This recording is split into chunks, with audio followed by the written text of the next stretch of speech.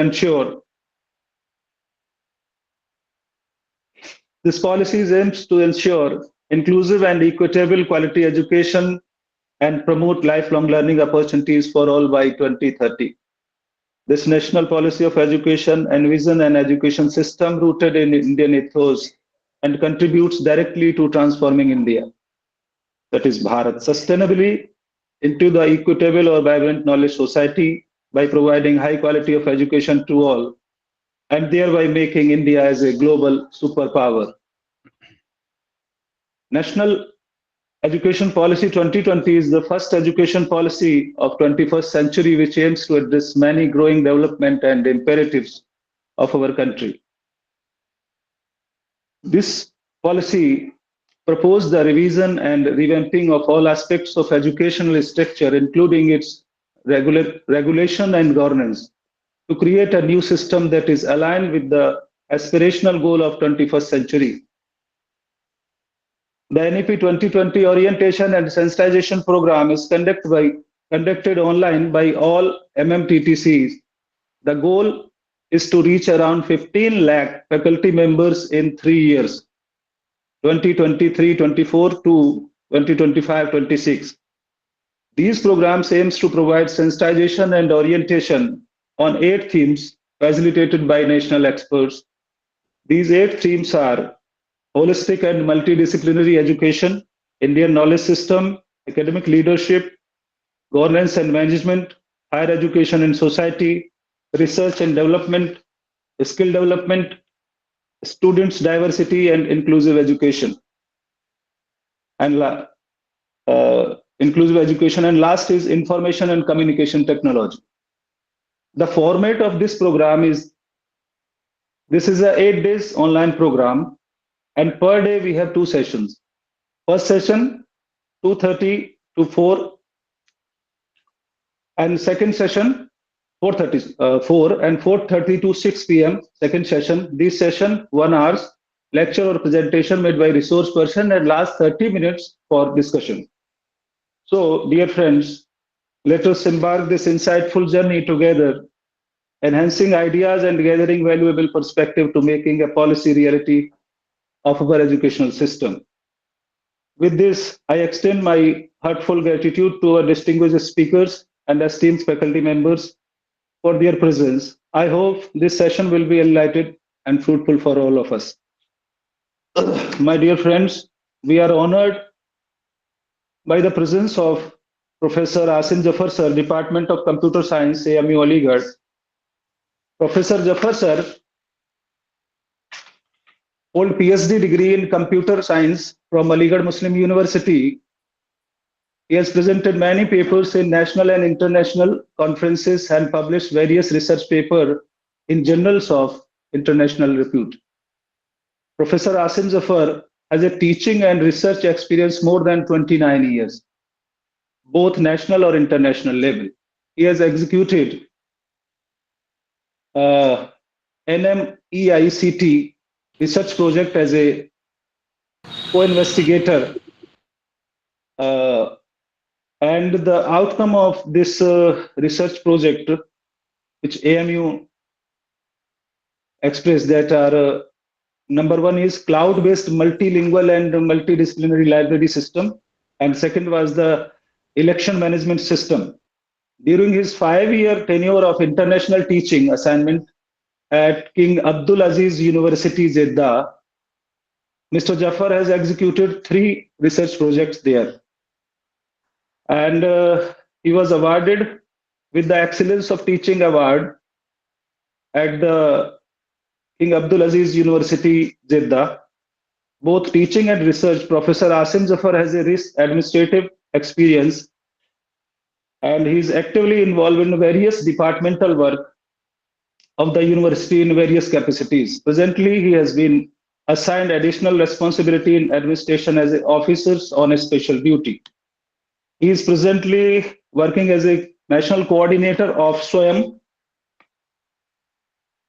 and he has taken the initiative to successfully lead the development and launch of 31st MOOCs for July 2024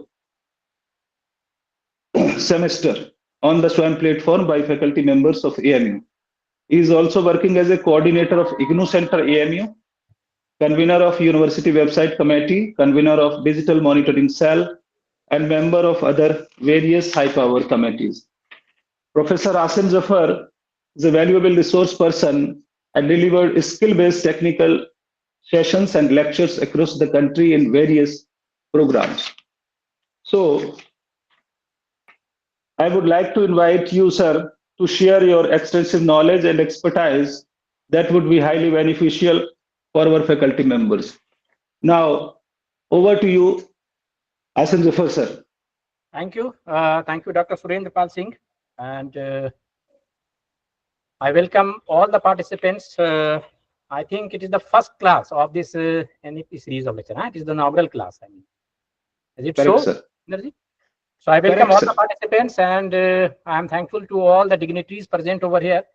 And I am thankful to Director MMTC AMU for giving me this opportunity to interact with the persons of eminence present over here.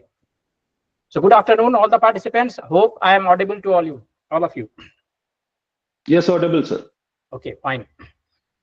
So today I'll be discussing with you how we can supplement our online teaching and learning with the help of MOOCs, that is massive open online courses.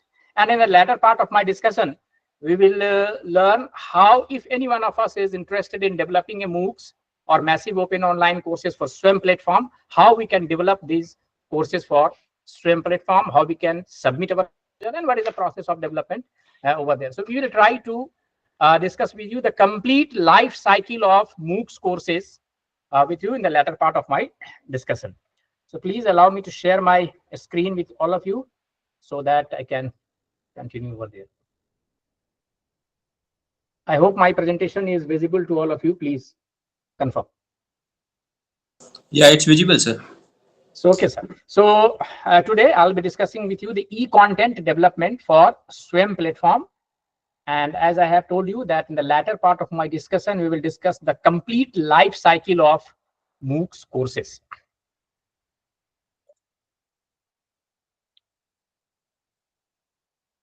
So the topic which we plan to discuss with you in the next two sessions, I'll be with you from 2:30 to 4 and again from 4:30 to 6. So in these two sessions, we will try to cover the need for online teaching and learning, the role of synchronous and asynchronous mode of communication, how we can supplement our online teaching with the help of open educational resources or MOOCs, what are the various e-content development initiatives by the government or by several other companies, that is known as open educational resources. One such open educational resource is ePG Pathshala. So we will discuss this initiative of the Government of India. Later on, there was some problem in the OER. So we'll try to find out what are the limitations of open educational resources and how these limitations are overcome by a new concept that is known as massive open online courses. So we will see a different educational space in the name of MOOCs. As I have told you that if any one of you are interested in development of MOOCs courses, how we can start the process, how we can submit our proposal, and whom I should approach for the funding of or funding for the development of MOOCs. What is SWAYAM platform? So SWAYAM platform is basically an initiative by Government of India for launching the massive open online courses. Generally, we call them SWAYAM platform for MOOCs. On the SWAYAM platform, there are now more than 4,000 or 6,000 courses are there since its inception from 2017.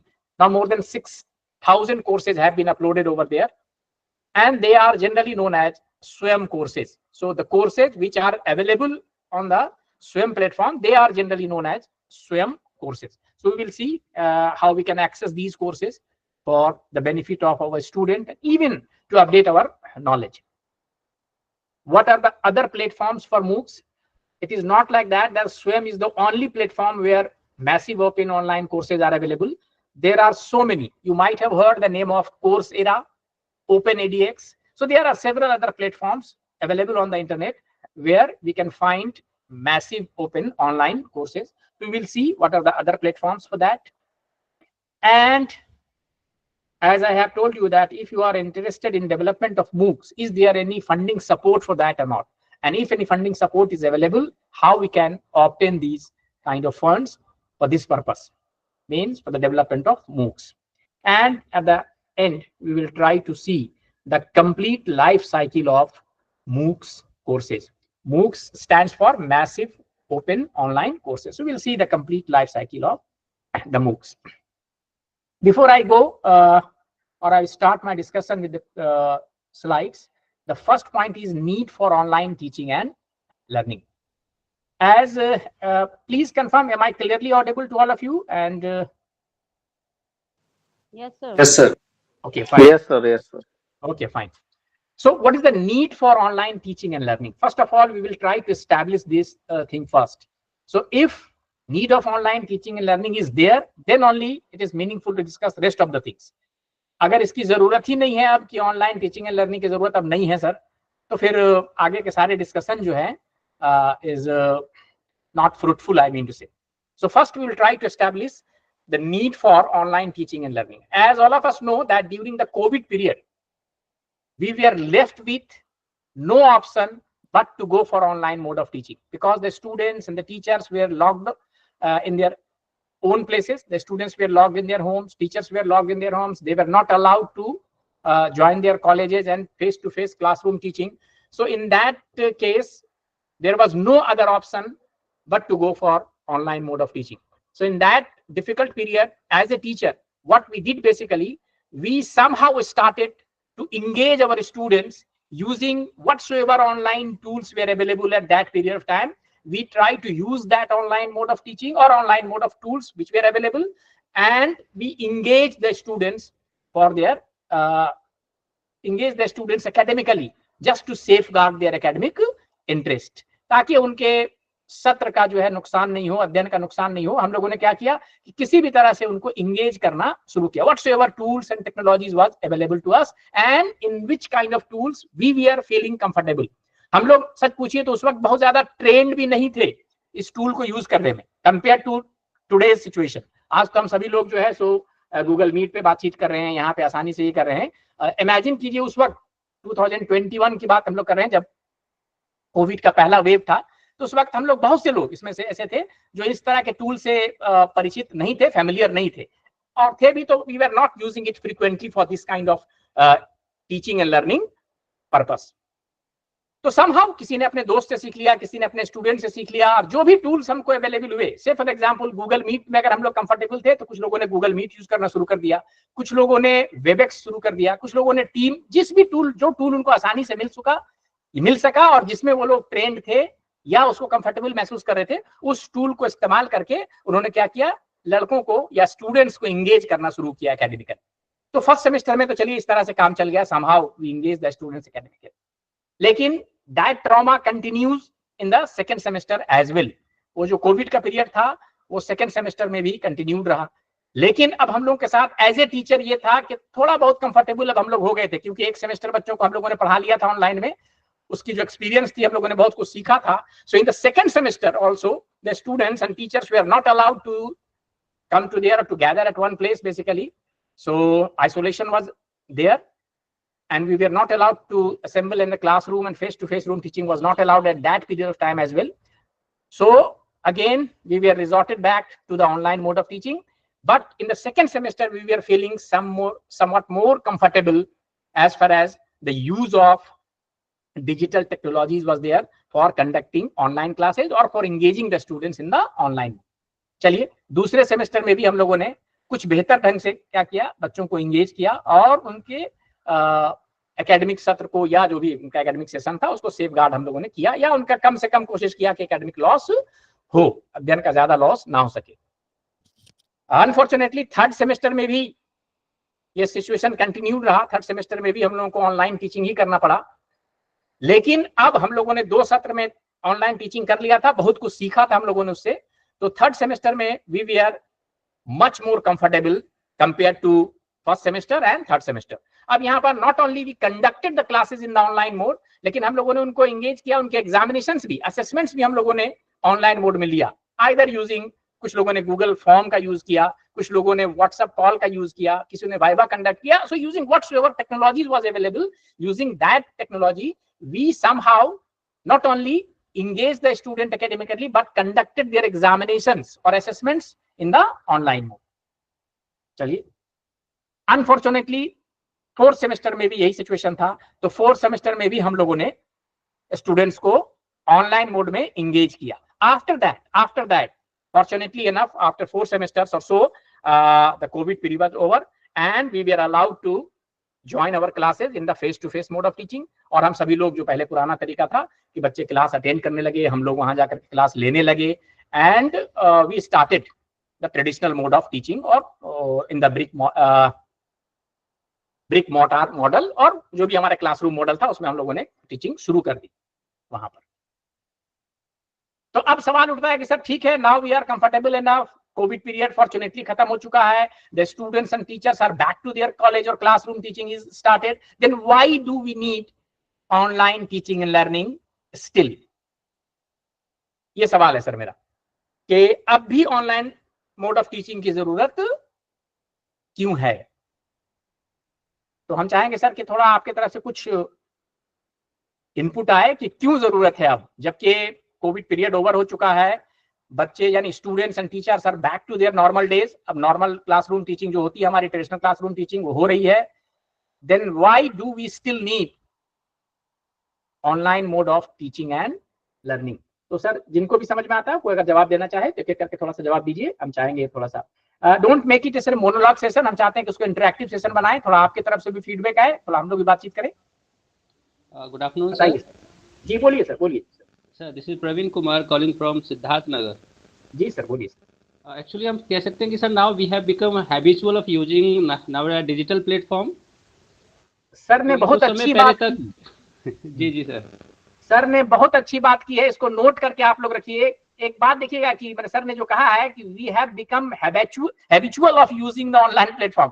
हुआ क्या कि even जब हम लोग अभी online पे आ गए, sorry offline mode पे आ गए, तो कुछ बच्चे जिद कर रहे थे कि नहीं सर ऑनलाइन मोड में ही टीचिंग लीजिए, ऑनलाइन मोड में ही एग्जाम करा लीजिए। ऐसा हुआ था प्रवीण जी कि नहीं होने लगा था? क्योंकि हम लोगों ने क्या किया, हाँ, क्योंकि हम लोगों ने उसी मोड में अपने आप को कंफर्ट महसूस करने लगा। 4 सेमेस्टर हम लोग पढ़ चुके थे, तो लगा नहीं ठीक है, इधर उधर आने जाने की क्या जरूरत है, बहुत सारा समय भी बर्बाद होता है, ये भी होता है, और हम लोग ऑनलाइन मोड में टीचिंग हमारी ठीक ठाक चल रही थी, तो हम लोग इसके यूज टू भी हो गए थे। और इस यूज टू होने की वजह से 2-3 चेंजेस, बड़े बड़े चेंजेस आए। अब कौन कौन से चेंजेस आए हम आपसे अभी जिक्र करेंगे इसका, कि कौन कौन से चेंजेस आए। लेकिन एक बात, बहुत अच्छा पॉइंट अभी प्रवीण जी ने बताया, और मैं चाहता हूं कि क्या जरूरत है ऑनलाइन मोड ऑफ टीचिंग की, आप लोग इस पर थोड़ा सा कुछ प्रकाश डालना चाहें, कुछ बताना चाहें तो बताइए सर। एनी अदर पार्टिसिपेंट, बोलिए सर, क्यों जरूरी है sir online mode of teaching, जरा बताइए।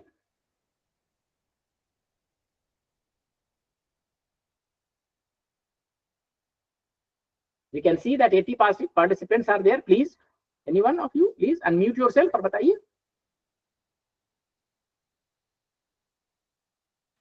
अच्छा बताइए सर, जैसे कि मान लीजिए कि आप ऑफलाइन मोड ऑफ टीचिंग करते हैं, तो एक वक्त में कितने बच्चों को आप इंगेज कर सकते हैं सर, बताइए थोड़ा। Sir maximum 60 to 80। हाँ, जो भी आपके क्लासरूम की कैपेसिटी है, ठीक है ना। अच्छा, हम मानते हैं कि आप बड़े रेयर टीचर हैं, रेयर इन द सेंस बड़ा रेयर सब्जेक्ट पढ़ा रहे हो और बहुत एक्सपर्टीज है आपके सेवर पे, तो देखिएगा ना, एक सत्र में सिर्फ और सिर्फ 60 बच्चे, या जो भी क्लासरूम की कैपेसिटी है, मे बी 100, चलिए 100 बच्चे आपके एक्सपीरियंस से लाभान्वित हो पाते हैं। लेकिन आप ऑनलाइन मोड ऑफ टीचिंग करेंगे तो एक साथ, अगर मूक्स वगैरह की हम लोग बात करें, तो एक साथ 1000 ऑफ स्टूडेंट्स को, 10,000 20,000 स्टूडेंट्स को आप एक साथ टीच कर सकते हैं, पढ़ा सकते हैं। यानी आपके एक्सपीरियंस से more than 20,000 students can be benefited simultaneously. तो पहला तो एक रीच बहुत बढ़ जाता है आपका, और आपके एक्सपर्टीज का फायदा बाकी लोगों को एक साथ होता है। लेकिन एक हमने बताया, कुछ और ऐड करें सर इसमें कि ऑनलाइन मोड ऑफ टीचिंग की क्यों जरूरत है, बताइएगा सर। मान लीजिए सर कि अभी मैं ऑनलाइन मोड ऑफ टीचिंग कर रहा हूं यहाँ पे, और या ऑफलाइन की पहले बात कर लेते हैं। ऑफलाइन मोड ऑफ टीचिंग में एक बच्चा नहीं आ सका, किसी वजह से उसकी तबीयत खराब हो गई, क्लास अटेंड नहीं कर पाया, तो अब उसका क्लास क्या होता है सर, वो मिस कर गया हमेशा के लिए। लेकिन अगर ऑनलाइन मोड ऑफ टीचिंग की बात करें तो वो ऑनलाइन मोड ऑफ टीचिंग में क्या होता है, ये लेक्चर रिकॉर्डेड होते हैं ऑलरेडी। जो अभी हम आपसे बातचीत कर रहे हैं ये पूरी चीज रिकॉर्ड हो रही है, बाद में आपके साथ शेयर कर दिया जाएगा, जब भी आप चाहें देख सकते हैं। तो even the person who have missed the class they can क्या बाद में इसको क्या कर सकते हैं सर, रेफर बैक कर सकते हैं, देख सकते हैं। अगर उनको ऐसा लगता है कि अभी हम कहीं टीचर पढ़ा रहे थे, कोई ऐसा टॉपिक था जो उनके समझ में नहीं आया, अगर समझ में नहीं आया, ऑफलाइन क्लास की बात कर रहे हैं, अब सर बाहर चले गए तो अब आपके पास कोई ऑप्शन नहीं है, सर अगर मिलेंगे तो उनसे जाके पूछ लीजिए, नहीं मिले तो आप पूछ भी नहीं पाएंगे।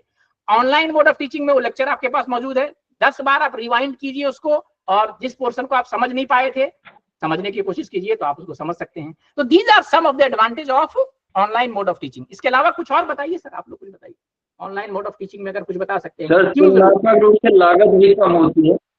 बहुत अच्छी बात आपने लागत भी ऑफलाइन की तुलना में सस्ती है।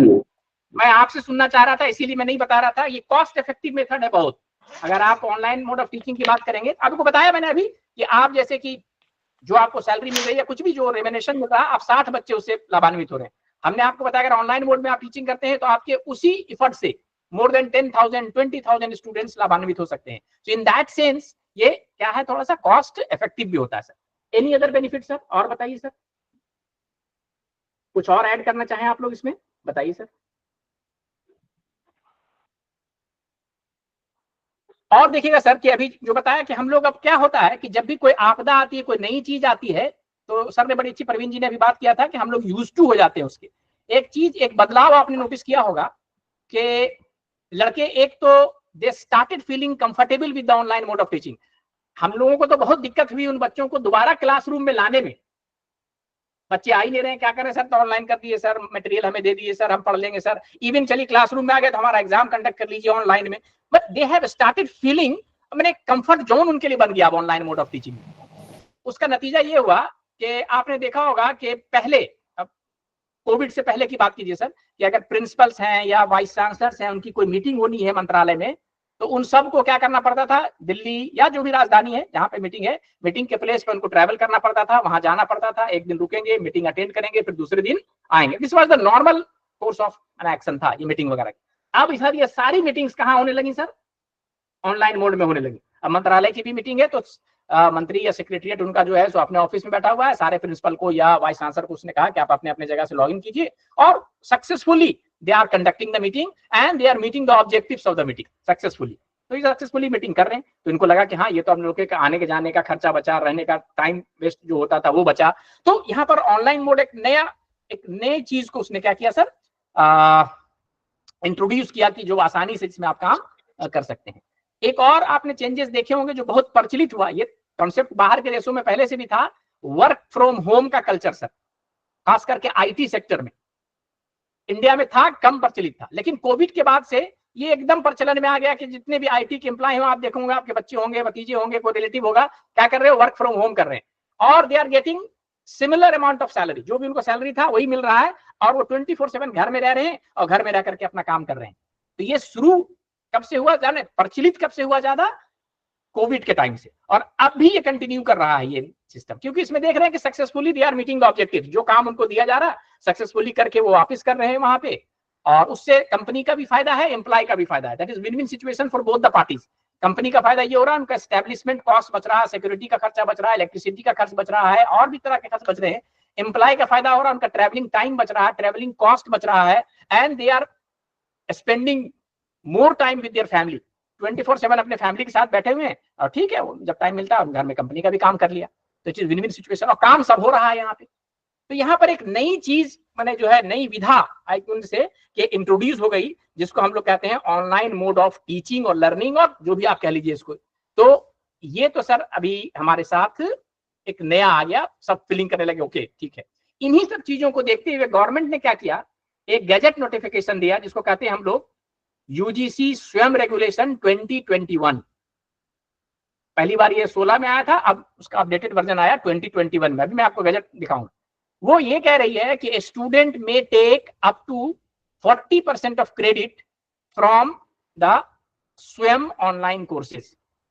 क्या मतलब हुआ सर इसका, कि अगर मान लीजिए कि आप यूजी की डिग्री 100 क्रेडिट पे देते हैं, मान लीजिए अगर हम एक एग्जांपल के लिए बोल रहे हैं, तो उसमें से 40 क्रेडिट वो मैक्सिमम कहां से कर सकता है, स्वयं प्लेटफॉर्म से कर सकता है। यानी 60 क्रेडिट के कोर्सेज, थोड़ा सा आसान डिस्कशन को करने के लिए समझिए कि एक कोर्स अगर 4 क्रेडिट का होता है तो 60 का मतलब 15 कोर्सेज वो कहां से करेगा सर, अपने इंस्टीट्यूशन से करेगा, अपने कॉलेज से करेगा। अगर मान लीजिए डीएस कॉलेज में बच्चा एनरोल्ड है तो डीएस कॉलेज से वो 15 कोर्सेज करेगा, और 10 कोर्सेज 40 क्रेडिट 4 into 10, तो 10 कोर्सेज वो कहां से कर सकता है, स्वयं से कर सकता है मैक्सिमम। तो 15 कोर्सेज उसने यहां से कर लिए, 60 क्रेडिट अर्न कर लिया, और 10 कोर्सेज स्वयं से कर लिया, 40 क्रेडिट वहां से कर लिया, ये 100 क्रेडिट उसके बन गए। अब आपको you will have to provide him और हर द यूजी डिग्री, क्योंकि 100 क्रेडिट उसने जमा कर लिए सर। तो कहने का मतलब है कि ठीक है, तो 100 क्रेडिट मैंने 10 कोर्सेज उसने स्वयं से किया। तो अब बात ये होती है कि 10 कोर्सेज जो ऑनलाइन मोड में करेगा या स्वयं में करेगा, ये स्वयं के कोर्सेज बनाएगा कौन, who will develop these courses, क्योंकि ये 1-2 कोर्सेज तो नहीं है, ये हर बार अलग, हर सेमेस्टर में अलग अलग कोर्सेज होते हैं, हर इंस्टीट्यूशन के अलग अलग कोर्सेज होते हैं। So there are number of permutation and combination. तो ये कौन इतने कोर्सेज डेवलप करेगा, तो हम और आप डेवलप करेंगे। Teachers will develop all these courses over there so that the student from any institute can be benefited from these courses, और वो अपना 40% तक का क्रेडिट यहां से कर सके। तो कहने का मतलब ये है कि even the COVID period is over, online mode of teaching is going to remain with us in one form or other form, हमारे साथ ही रहने वाला है सर। अब इसकी जान छुट्टी नहीं है, क्योंकि यूजीसी ने भी कह दिया कि 40% कोर्सेज कहां से होंगे, ऑनलाइन कोर्सेज से आप कर सकते हैं। तो ये अब हमारे साथ रहने वाला है। क्या कहते हैं सर, ये हमसे रहने वाला है या जाने वाला, आपसे बताइए, किसी ना किसी फॉर्म में ये अब रहेगा। मैं आपसे आंसर चाह रहा हूं सर, ये ऑनलाइन मोड ऑफ टीचिंग अब हमारे साथ रहने वाला है, जुड़ गया है हमारे जिंदगी के साथ, या ये अब खत्म हो जाएगा? ये रहने वाला है सर, बहुत वाला रहने वाला है। तो जब ये रहने वाला है तो रहने वाला है सर, हम लोग रहने वाले, तो अब हम लोग को किसी ना किसी तरह से, हम लोग को भी एज ए टीचर अब क्या करना पड़ेगा, इस नई विधा के साथ अडॉप्ट करना पड़ेगा। अपने आप को क्या करना पड़ेगा, हमको अडॉप्ट करना पड़ेगा कि ठीक है सर, हम भी अब इसके साथ अडॉप्ट कर लेते हैं। और क्योंकि जो अडॉप्ट नहीं कर पाता है वो एब्सोल्यूट हो जाता है सर, यानी विलुप्त हो जाती है वो प्राणी। हमने देखा होगा बहुत बड़ी प्राणी, मैंने कहते थे लोग डायनासोर वगैरह बहुत बड़ा होता है और ये होता है वो होता है, आज डायनासोर का नाम नहीं है। हुआ क्या सर, वो बदलते हुए हालात के साथ अपने आप को अडॉप्ट नहीं कर पाया। इंसान जो है हजारों साल पहले से है और अभी तक है और आगे भी रहेगा। उसकी एक बहुत अच्छी खूबी ये है कि वो बदलते हुए हालात के साथ, बदलते हुए कंडीशन के साथ अपने आप को क्या कर लेता है सर, अडॉप्ट कर लेता है। पहले बहुत गर्मी नहीं पड़ती, लेकिन सर इसमें थोड़ी दिक्कत भी है, मतलब नेगेटिव थोड़े मतलब डायरेक्शंस भी है। नेगेटिव पार्ट वाला बात क्वेश्चन आंसर सेशन में कर लेंगे, ठीक है ना? Okay sir, sorry sir. हाँ, उसको रखिएगा, नहीं कर लेंगे हम लोग, उसको करेंगे। नेगेटिव पार्ट तो हर चीज के पॉजिटिव एंड नेगेटिव्स होते हैं, लेकिन एक बात को एकदम ध्यान से निकाल लीजिए कि this mode of teaching is going to replace the teacher. अगर ये नेगेटिव में है तो इसको तो बिल्कुल हटाइए, दूसरी बातें और भी कर लेंगे हम लोग, क्योंकि ऐसा कहीं से ना गवर्नमेंट सोच रही है ना हमको आपको सोचना चाहिए। ये this has been clearly mentioned in the meeting of the ministry of education कि ऐसा सर कुछ भी नहीं है कि मंत्रालय के एक बैकएंड पे ये प्लान चल रहा है कि सारे कोर्सेज ऑनलाइन कर देंगे और उसके बाद टीचर को हम क्या कर देंगे, हटा देंगे। So this mode of teaching is not going to replace the teacher, it is going to supplement. हम लोग बात कर रहे हैं, देखिए सर यहाँ पर सप्लीमेंटिंग। सर समवन कोई अपना स्क्रीन शेयर कर रहे हैं, मनोज जी प्लीज स्क्रीन अपना रोक दीजिए, स्क्रीन शेयर आपका हो रखा है, मनोज जी प्लीज। अच्छा, मनोज जी ने कर दिया है, कर लीजिए सर मनोज जी, आप लोग स्क्रीन शेयरिंग को हटा लीजिए, मैं दोबारा से स्क्रीन शेयर कर देता हूँ। कुछ दिखाना चाह रहे हैं मनोज जी? अच्छा तो दिखाइए, हम लोग देख लेंगे क्या है। मनोज जी बताइए। चलिए कभी कभी हो जाता है। मनोज जी कुछ दिखाना चाह रहे थे क्या? नहीं सर, नहीं सर। अच्छा गलती से हो गई, चलिए कोई बात नहीं सर, ठीक ठीक ठीक है। चलिए सर, तो हम ये कह रहे थे कि ये ऑनलाइन मोड ऑफ टीचिंग अब हमारे साथ किसी न किसी में रहने वाला है। तो बीइंग ए टीचर और हम लोग को क्या करना पड़ेगा सर, अब इस मोड के साथ अपने आप को अडॉप्ट करना पड़ेगा, इसके साथ चलना सीखना पड़ेगा। तो ठीक है, चलना सीखना पड़ेगा। तो हम लोगों ने बहुत अच्छा सीख भी लिया है, और 4 सेमेस्टर तो उधर हम लोगों ने कोविड में पढ़ाया भी था।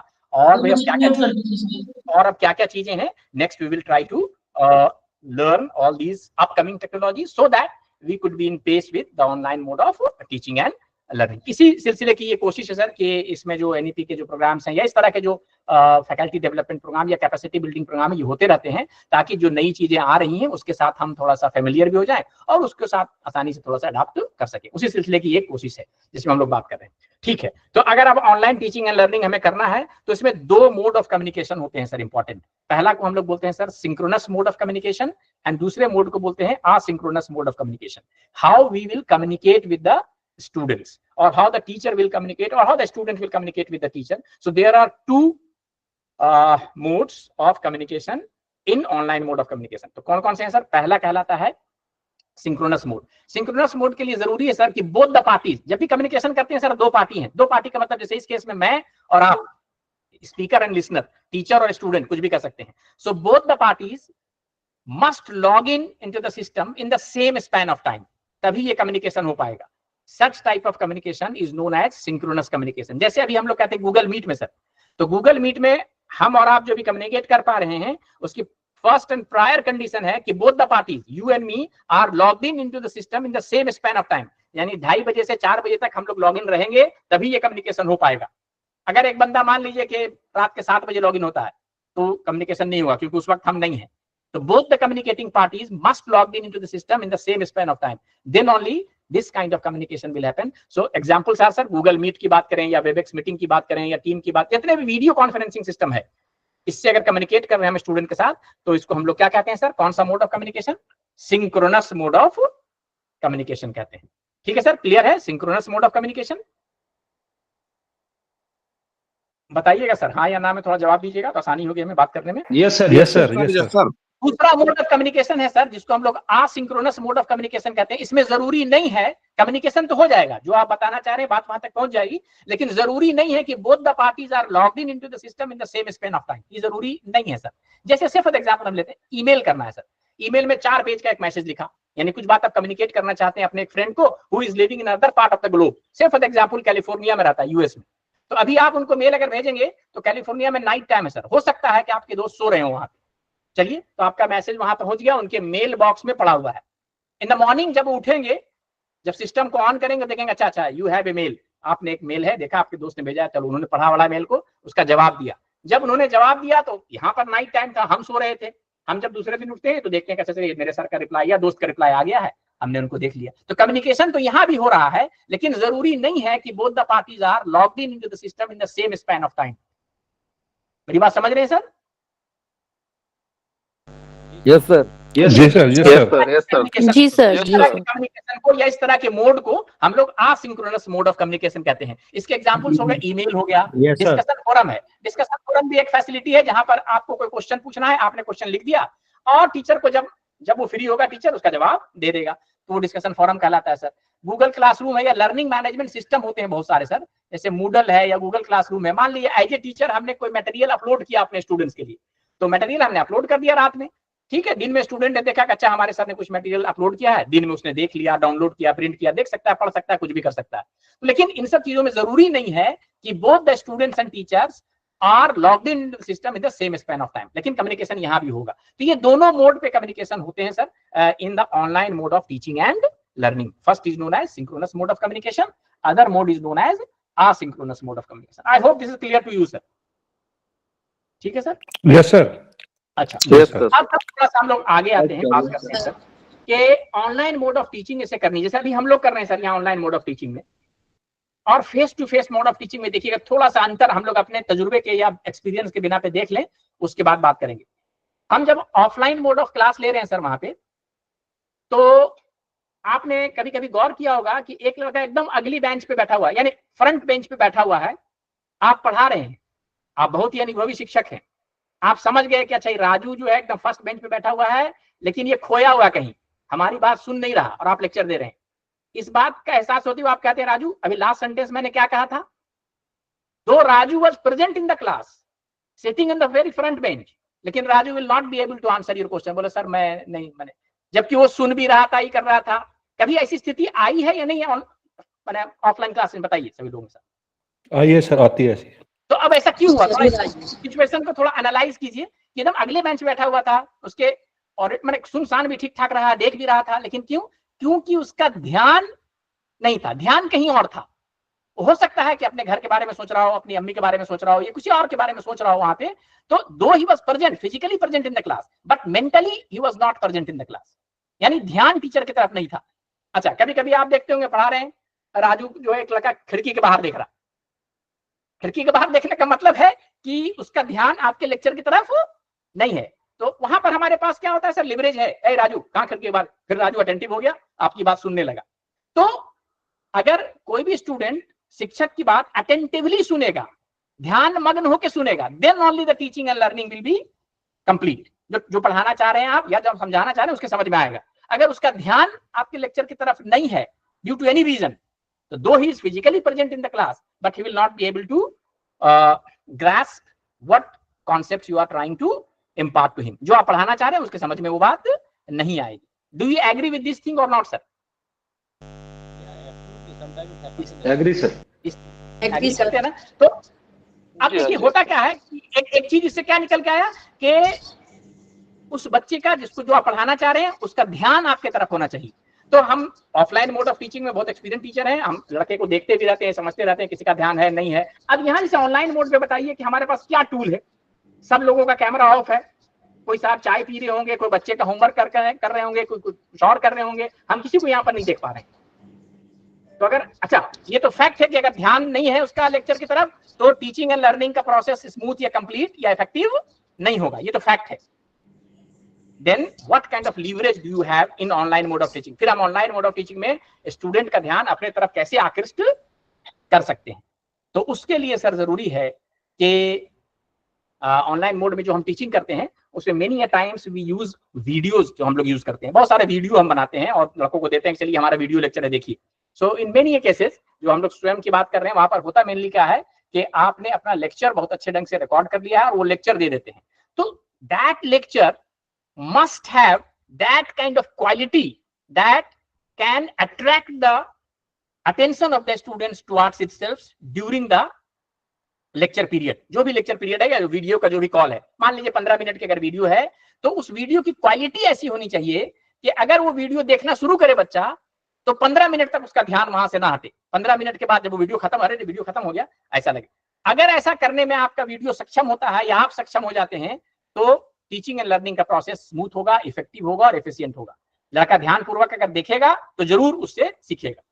लेकिन किसी वजह से अगर आपका उसने वीडियो लेक्चर शुरू किया और उसको किसी वजह से उसका मन नहीं लगा, 2 मिनट के बाद उसका मन किसी भी वजह से उचट गया, नहीं देख पाया उसको, तो उसकी टीचिंग एंड लर्निंग कंप्लीट होगी या नहीं होगी सर? नहीं हो पाएगी सर। नहीं हो पाएगी। मैं एक एग्जांपल देता हूं, मैं एक एग्जांपल देता हूं आपको कि हम लोग सभी लोग कभी कभी पिक्चर वगैरह देखते हैं या नहीं भी देखते हैं तो सुनते तो रहते हैं। कुछ सिनेमा ऐसे होते हैं, सिनेमा का मतलब वीडियो लेक्चर है, वो भी एक कहानी है, जो एक कहानी कहना चाह रहा, डायरेक्टर बताना चाह रहा, जो भी एक कहानी आप तक पहुंचाना चाह रहा है, यानी ऑडियंस तक पहुंचाना चाह रहा। कभी कभी ऐसा होता है कि कुछ फिल्म हमने 20 साल पहले देखे होंगे, उसका हमें डायलॉग्स भी याद है, कुछ सीन भी याद है, कुछ उसके गाने भी याद होते हैं, और उस 20 साल के अंतराल में कुछ और फिल्में हमने देखी होंगी, उसका नाम तक याद नहीं होता। तो वैसी फिल्में जो आपने 20 साल पहले देखा, आपके मस्तिष्क पे उसने एक छाप छोड़ा था, तब वो चीजें याद हैं आपको आज तक। उसको हम लोग हिट फिल्म या सुपर हिट फिल्म कहते हैं। बीच में बहुत सी फिल्में हमने देखी होंगी, उसका कुछ भी याद नहीं है, ठीक है सर देखा था, कुछ भी याद नहीं आ रहा क्या है नहीं है। वो क्या हुआ कि वो आपका ध्यान अपनी तरफ आकृष्ट नहीं कर पाया, उसको हम लोग शायद फ्लॉप फिल्म के कैटेगरी में रखते हैं। फ्लॉप फिल्म में क्या होता है और हिट फिल्म में क्या होता है कि आप कभी फिल्म देखने जाते हैं तो अगर हिट फिल्म में आप जैसे गए अंदर देखने के लिए, तो जैसे मूवी स्टार्ट होता है यू बिकम पार्ट, उसमें इतने अच्छे ढंग से उसकी मैंने डायरेक्शन या कहानी इतने अच्छे ढंग का होता है कि वो आपको एब्जॉर्ब कर लेता है आपके ध्यान को, और आप कंटिन्यूअसली उसको 3 घंटे या 2.5 घंटे, जो भी फिल्म का ड्यूरेशन है, 1 घंटे आप उसको देखते हैं। अरे 1 घंटे के बाद अरे फिल्म खत्म हो गई, हाँ यार बड़ा अच्छा फिल्म था ये बड़ी। तो वो क्या करता है, उसमें वो कैपेसिटी है उस फिल्म में, फिल्म का मतलब वीडियो है सर, वो एक तरह का वीडियो में वो कैपेसिटी है कि आपके ध्यान को आकृष्ट कर लेता है, वो आपको अपना एक पार्ट बना लेता है, और 3 घंटे या 1.5 घंटे जो भी उसका ड्यूरेशन है कैसे गुजर जाता है आपको पता नहीं चलता। और आप जब बाहर निकलते हैं हॉल से तो बड़े संतुष्ट होते हैं और आपको लगता है नहीं यार बड़ी अच्छी फिल्म थी, बहुत अच्छा टाइम कैसे गुजर गया पता ही नहीं चला। इसको आप सुपर हिट फिल्म बोलते हैं, उसकी बहुत सारी चीजें आपको याद रहेंगी। दूसरी कैटेगरी की फिल्म है कि 15 मिनट तक आप बैठते हैं वहां तो आपको लगता है क्या कह रहा है क्या नहीं कह रहा है, बड़ा सर में दर्द हो, अब बाहर निकल के आधे घंटे के बाद बाहर निकल यार बड़ा बकवास फिल्म था, क्या कहना है क्या कहना चाह रहा नहीं कहना, कुछ समझ में नहीं आया। तो वैसी फिल्म जो है वो किसी भी वजह से आपका ध्यान वो अपने तरफ आकृष्ट नहीं कर सकी या आकृष्ट करने में सफल नहीं हो सकी, तो उस तरह की फिल्में क्या हो जाती हैं सर, क्या हो जाती हैं? फ्लॉप हो जाती है। तो कोई भी डायरेक्टर या कोई भी कहानीकार, कोई भी एक्टर फिल्म फ्लॉप होने के लिए तो नहीं बनाता।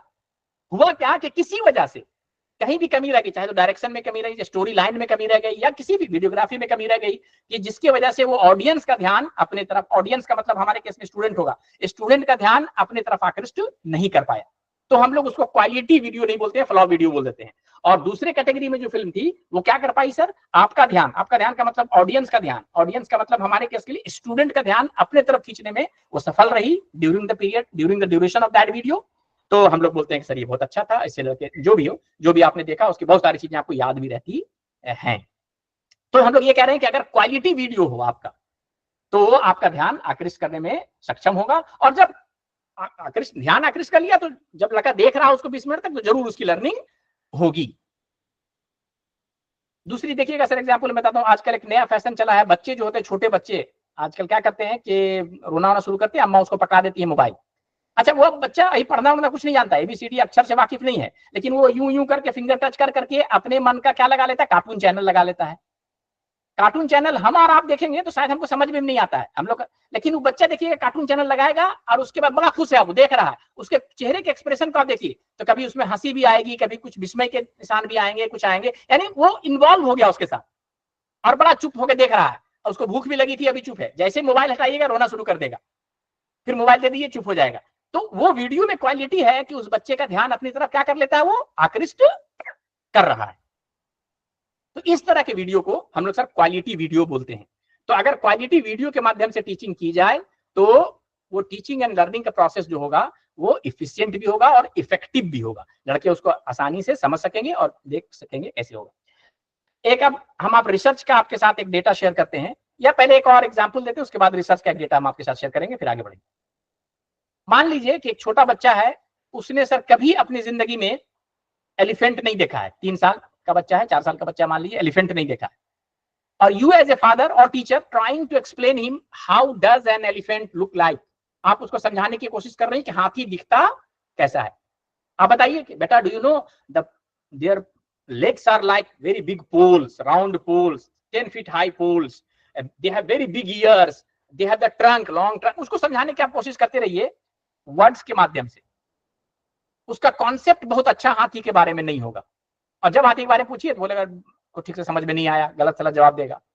एक दिन आप परेशान होकर के अपने दोस्त से बोलते हैं कि भाई मैं अपने बच्चे को 3 दिन से कोशिश कर रहा हूं समझाने के हाथी के बारे में, and I am not able to deliver the correct concept to him और हर, वो समझ ही नहीं पा रहा कि कैसा होता है हाथी। तो उसने आपको कहा कि कुछ मत करो, उसको जाकर के हाथी का एक पिक्चर दिखा दो। अच्छा, उसको बड़ा अच्छा आइडिया लगा, उसने हाथी का एक पिक्चर देख, the moment the child sees the picture of the elephant, बोलता है बाबा 3 दिन से आप समझा, मैं समझ गया हाथी कैसा होता है, कुछ भी पूछो हाथी के बारे में बता दूंगा। तो जो बात आप 3 दिन तक समझा नहीं पा रहे थे वर्ड्स के माध्यम से, एक पिक्चर के माध्यम से क्या हुआ, तुरंत बच्चे को समझ में आ गया।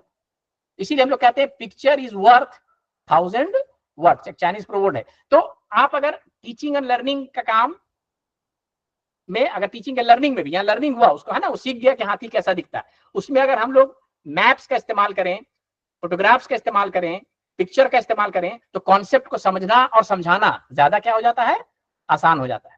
अब हम आपको एक एग्जाम्पल पहले देते हैं, उसके बाद आगे बढ़ेंगे। एक रिसर्च, साइकोलॉजिकल रिसर्च एक हुआ, उसमें एक सेट ऑफ टीचर्स ने क्या किया कि क्लास में जाकर के लेक्चर दिया, सिर्फ लेक्चर मोड पे, व्याख्यान मोड पे गए, और जो कॉन्सेप्ट पढ़ाना चाहते थे उससे रिलेटेड व्याख्यान उन्होंने 1 घंटे का, या जो भी उनका लेक्चर का टाइम था, 1 घंटे का लेक्चर दिया, बाहर आ गए।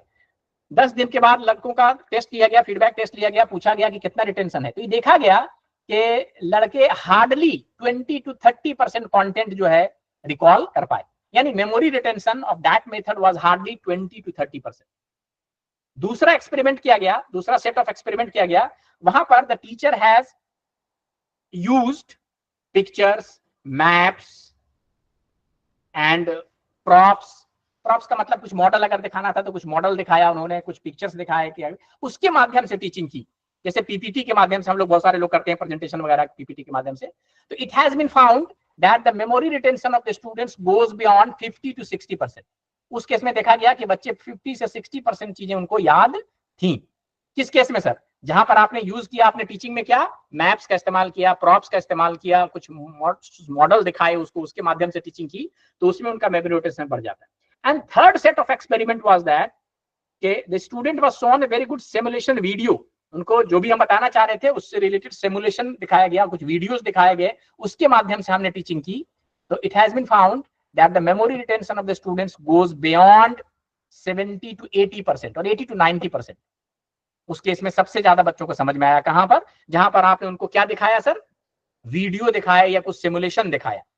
तो कहने का मतलब है कि अगर क्वालिटी वीडियो या सिमुलेशन के माध्यम से आप टीचिंग करते हैं तो memory retention of the student goes beyond 80 to 90%. कहने का मतलब स्टूडेंट को अच्छे ढंग से वो चीज समझ में आती है. आप इस रिसर्च के फाइंडिंग से एग्री करते हैं या नहीं करते हैं सर, थोड़ा बताइए हमें कि अगर हम लोग इस माध्यम से पढ़ाएं तो टीचिंग एंड लर्निंग क्या होगा, ज्यादा इंटरेस्टिंग भी हो जाएगा और इफेक्टिव. अब देखिए सवाल क्या होता है सर, अब हम लोग थोड़ा सा देखते हैं इसमें कि आपने गौर किया होगा, आप में थोड़ा सा पता नहीं, हम थोड़ा सा पुराने जनरेशन के लोग हैं. पुराने जनरेशन में क्या होता था, जो हमारे बायोलॉजी के टीचर होते थे सर, वो जब क्लास में आते थे, सिर्फ फॉर एग्जांपल वो बताना चाह रहे हैं कि हाउ डज वो ब्लड सर्कुलेशन सिस्टम वर्क्स, तो देखते थे 2-3 कलर का चौक लेके आते थे वो जो बायोलॉजी के टीचर होते थे, और बड़ा अच्छा वो पूरा मैप बना नक्शा बनाते थे पूरा, मतलब ब्लड सर्कुलेटरी सिस्टम का. उसमें हार्ट बनाते थे, ये बनाते थे, आर्टरीज बनाते थे, कैसे पूरा ब्लड सर्कुलेशन का सिस्टम बनाते थे. अलग अलग कलर के चौक से दिखाते भी थे कि देखिए जो प्योर ब्लड है कैसे हार्ट में पहुंचता है, वहां से कैसे लंग्स में जाता है, लंग्स से फिर प्यूरिफाई होता है, और कैसे प्यूरिफाइड ब्लड दोबारा फिर पूरे शरीर में आता है, धमनियों में आता है. इस चीज को वो एरो से कर करके बड़ा अच्छा से बना के दिखाते थे. कुछ याद है इस तरह की बात सर आप लोगों को? जी सर. तो होता क्या था बेसिकली ऐसा, अगर सर एक तो तरीका है कि क्लास में गए, हमने बता दिया, देखिए हम वर्ड्स में बता देते हैं कि भाई देखिए ऐसा होता है कि जब भी आप जो भी आपका ब्लड है पूरे शरीर में प्रवाहित होने के बाद हृदय के लेफ्ट वाले चेंबर पे आता है, और लेफ्ट वाले चेंबर पे जमा होने के बाद क्या होता है, वहां से वो पंप हो जाता है लंग्स में. लंग्स में जब चला गया तो वहां से हम लोग सांस लेते हैं, जिससे ऑक्सीजनेटेड हो जाता है, तो वो ब्लड ऑक्सीजनेटेड हो गया, और ऑक्सीजनेटेड ब्लड राइट चेंबर में आता है, और वहां से फिर आर्टा के थ्रू पूरे बॉडी में प्रवाहित हो जाता है, और ये सिलसिला चलता रहता है. यही फैक्ट है सर.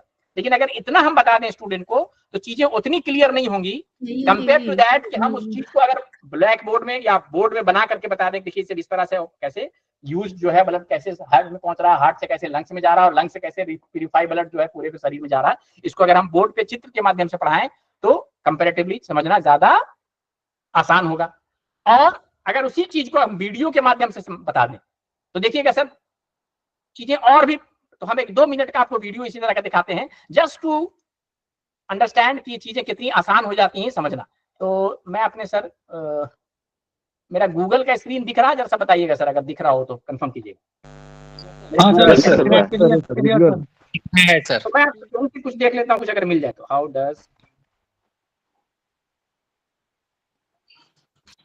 डज ब्लड, हाँ कुछ भी लिख दिए सर, ह्यूमन हार्ट वर्क्स, कुछ भी लिख दिए, जो भी मिल जाए देखता हूँ मैं.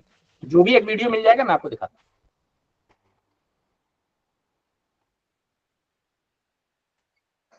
हमने लिख दिया sir how does human heart work. देखिए एक ये पहला वीडियो मिल रहा है sir, the heart and circulatory system, मिल गया ना सर? पहला देख रहे हैं आप स्क्रीन में? अगर दिख रहा हो तो बताइएगा सर. दिख रहा है सर. सर दिख रहा है, क्लियर दिख रहा है सर. इसको क्लिक करते हैं हम तो देखिए सर ये आ गया, ऐड आ गई सर थोड़ी सी.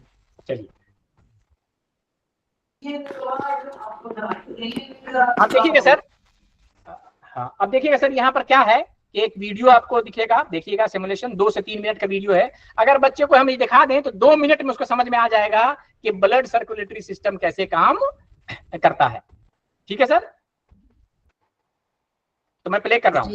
देखिएगा सर ये जो ब्लू कलर है ये यूज्ड ब्लड है. यूज्ड ब्लड का मतलब पूरे बॉडी में जो है प्रवाहित होने के बाद लौट रहा है. लौटने के बाद ये हार्ट के लेफ्ट चेंबर में जाता है, वहां से कैसे फिर लंग्स में जाता है, लंग्स से फिर कैसे दोबारा प्यूरिफाई होकर ब्लड राइट चेंबर में आता है. ये भी हमें दिखाते हैं सर आगे बढ़ करके, है ना. तो 2 मिनट के लिए इस वीडियो को वॉच करिए तो आपको खुद समझ में आ जाएगा कि हाँ इस माध्यम से अगर इस तरह की वीडियोस आप पढ़ाएं तो टीचिंग एंड लर्निंग बहुत इंटरेस्टिंग भी हो जाएगा बच्चों के लिए, और चीजों को समझना आसान हो जाएगा.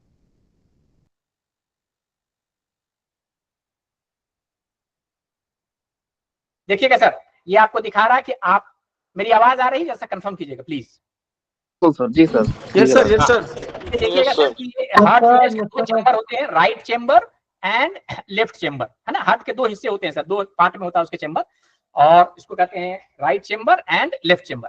तो देखिए पूरे बॉडी में ब्लड प्रवाहित होने के बाद इसको ब्लू रंग से दिखाएगा। ब्लू का मतलब डीऑक्सीजनेटेड हो गया सर, जो ऑक्सीजन है सेल्स ने ले लिया, अब वो डीऑक्सीजनेटेड ब्लड है। वो कहां पर आता है सर? पहले राइट चेंबर में। देख पा रहे हैं सर, ये राइट चेंबर में ब्लू वाला देख पा रहे हैं? जी सर। जी सर।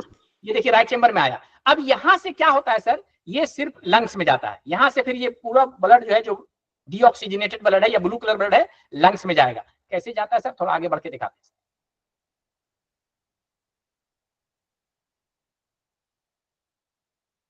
देखिए सर, यहां पर अगर देख पा रहे हो तो ये जो ब्लू कलर ब्लड है कहां पर जा रहा है सर? देखिए कहां जा रहा है ये, देखिएगा सर, इसका रास्ता देखिएगा कहां जा रहा है ये, बताइएगा कहां जा रहा है सर? लंग्स में। कहां जा रहा है सर? फेफड़े। हाँ, फेफड़े में जा रहा है। अच्छा, अब हम लोग क्या करते हैं, सांस लेते हैं, तो जो सांस लेते हैं वो लंग्स में जाता है ऑक्सीजन, तो यहाँ से ये ब्लड ऑक्सीजनेटेड हो जाता है। ऑक्सीजनेटेड को हम लोगों ने रेड कलर से दिखाया सर। तो ये देखिए, अब ऑक्सीजनेटेड ब्लड जो है, यानी रेड कलर ब्लड कहां पर आ रहा सर? कहां पर आ रहा? लेफ्ट चेंबर में। कहां पर आ रहा सर? देखिए लेफ्ट चेंबर सर, लेफ्ट में। Left chamber. और लेफ्ट चेंबर से फिर आयोटा के थ्रू पूरे बॉडी में देखिए जा रहा है। ये पूरे बॉडी में लाल वाला जो खून जा रहा है। अब फिर पूरे गया, जहां जहां सेल है उनको ऑक्सीजन की जरूरत होती है, उन्होंने ऑक्सीजन ले लिया। ऑक्सीजन जब ले लिया तो ब्लू कलर में चेंज हो गया, और ब्लू कलर वाला बटन फिर वापस होकर के कहां पर आता है सर? हमारे पास राइट चेंबर में आता है। फिर राइट लेफ्ट में, यहाँ से जाता है सर लंग्स में, लंग्स में ऑक्सीजनेट होता है, फिर यहाँ से लेफ्ट में आया, लेफ्ट के थ्रू फिर बॉडी में जाता है। यही प्रक्रिया चलती रहती है। इसी वीडियो को मैं प्ले कर रहा हूँ, अब 2 मिनट के लिए देखिए सर, तो आपको तुरंत समझ में आ जाएगा कि अच्छा ये काम ऐसे होता है।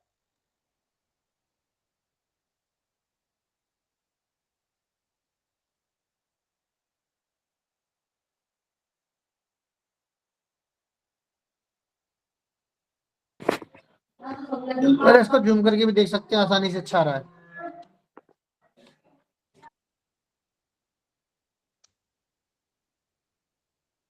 waters of blood every minute।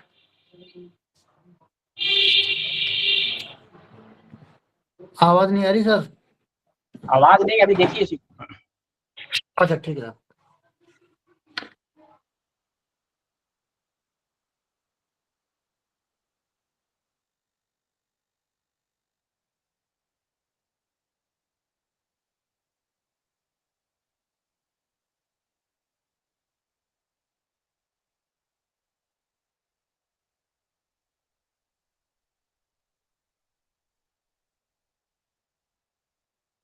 देखा सर आपने इस वीडियो को, देखा या नहीं कि कैसे ब्लू ब्लड जो है राइट साइड में आया, यहाँ से कैसे लंग्स में गया और यहाँ से गया, है कि नहीं? तो अब यही प्रक्रिया चलती रहती है सर इसी को, है ना। आगे चल करके 2 मिनट का वीडियो है, कभी भी आप घर पे देखिएगा या किसी बच्चे को दिखाइए तो 2 मिनट में उसमें समझ में आ जाएगा।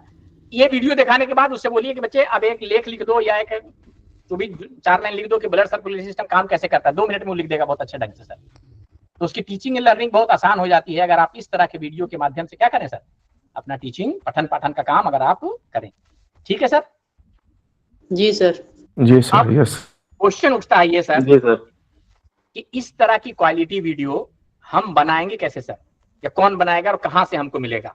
We are expert of our teacher, expert of our subjects basically. हमको संस्कृत आती है, इकोनॉमिक्स आती है पढ़ाने, इकोनॉमिक्स, मैथ, केमिस्ट्री, जिसके भी टीचर है, हिस्ट्री, लेकिन हम इस तरह का वीडियो बनाने के लिए सर पारंगत नहीं है या ट्रेंड भी नहीं है। तो कौन बनाएगा हमारे लिए वीडियो? बात यह है, कठिनाई या नहीं है सर? हर सब्जेक्ट से है कठिनाई है सर। तो कहां से आएंगी? मेरी बात समझ रहे हैं ना? हम तो ठीक है बोलेंगे मैं फिजिक्स का टीचर हूं या हिस्ट्री का टीचर, इकोनॉमिक्स का टीचर हूं, उसके सब्जेक्ट के हम एक्सपर्ट हैं, but we don't have any kind of training to make this kind of quality video on every topic of our subject. हम नहीं बना सकते हैं। तो जब नहीं बना सकते हैं तो फिर वो वीडियो वाली बात तो होगी नहीं। जब होगी नहीं तो फिर ऑनलाइन टीचिंग कैसे इफेक्टिव होगा? इस कमी को सरकार भी समझ रही थी कि the teachers are not trained to produce this kind of quality video and they have not been trained like that. वो तो अपने सब्जेक्ट के मास्टर हैं। इस कमी को समझते हुए उन्होंने क्या किया सर कि चेन्नई के एक स्टूडियो में लगभग 4000 शिक्षकों को उन्होंने आमंत्रित किया जो 70 अलग अलग सब्जेक्ट से थे, और उनसे कहा कि आप you are the story teller. Story teller का मतलब आप क्या ज्ञान देना चाहते हैं, क्या पढ़ाना चाहते हैं, यू बेटर नो। कैसे पढ़ाना चाहते हैं वो भी आप जानते हैं।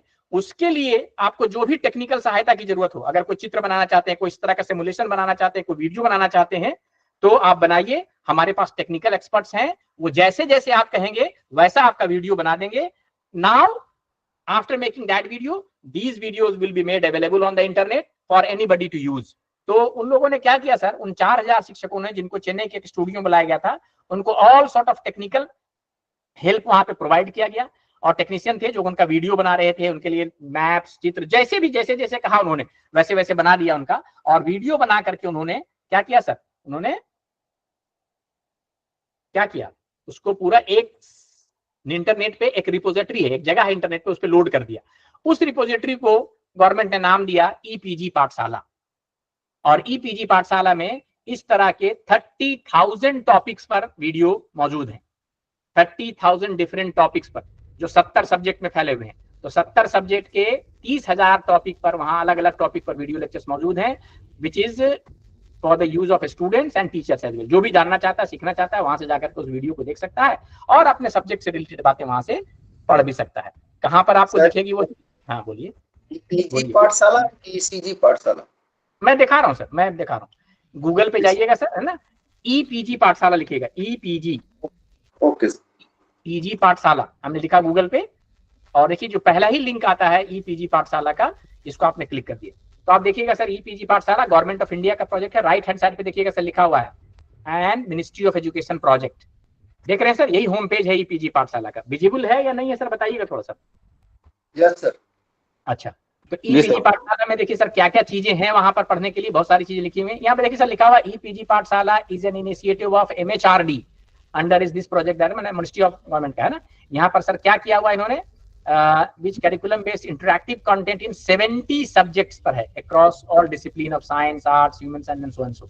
तो कितने है, क्या क्या चीजें इसमें पहले देख लीजिए सर। ई अध्ययन, ई अध्ययन का मतलब ई बुक्स है। इन्होंने क्या किया है, बहुत सारे किताबों को डिजिटाइज करके यहाँ पर रख दिया है, डायरेक्ट आप यहीं से पढ़ सकते हैं, आपको किताब खरीदने की फिजिकली जरूरत नहीं है।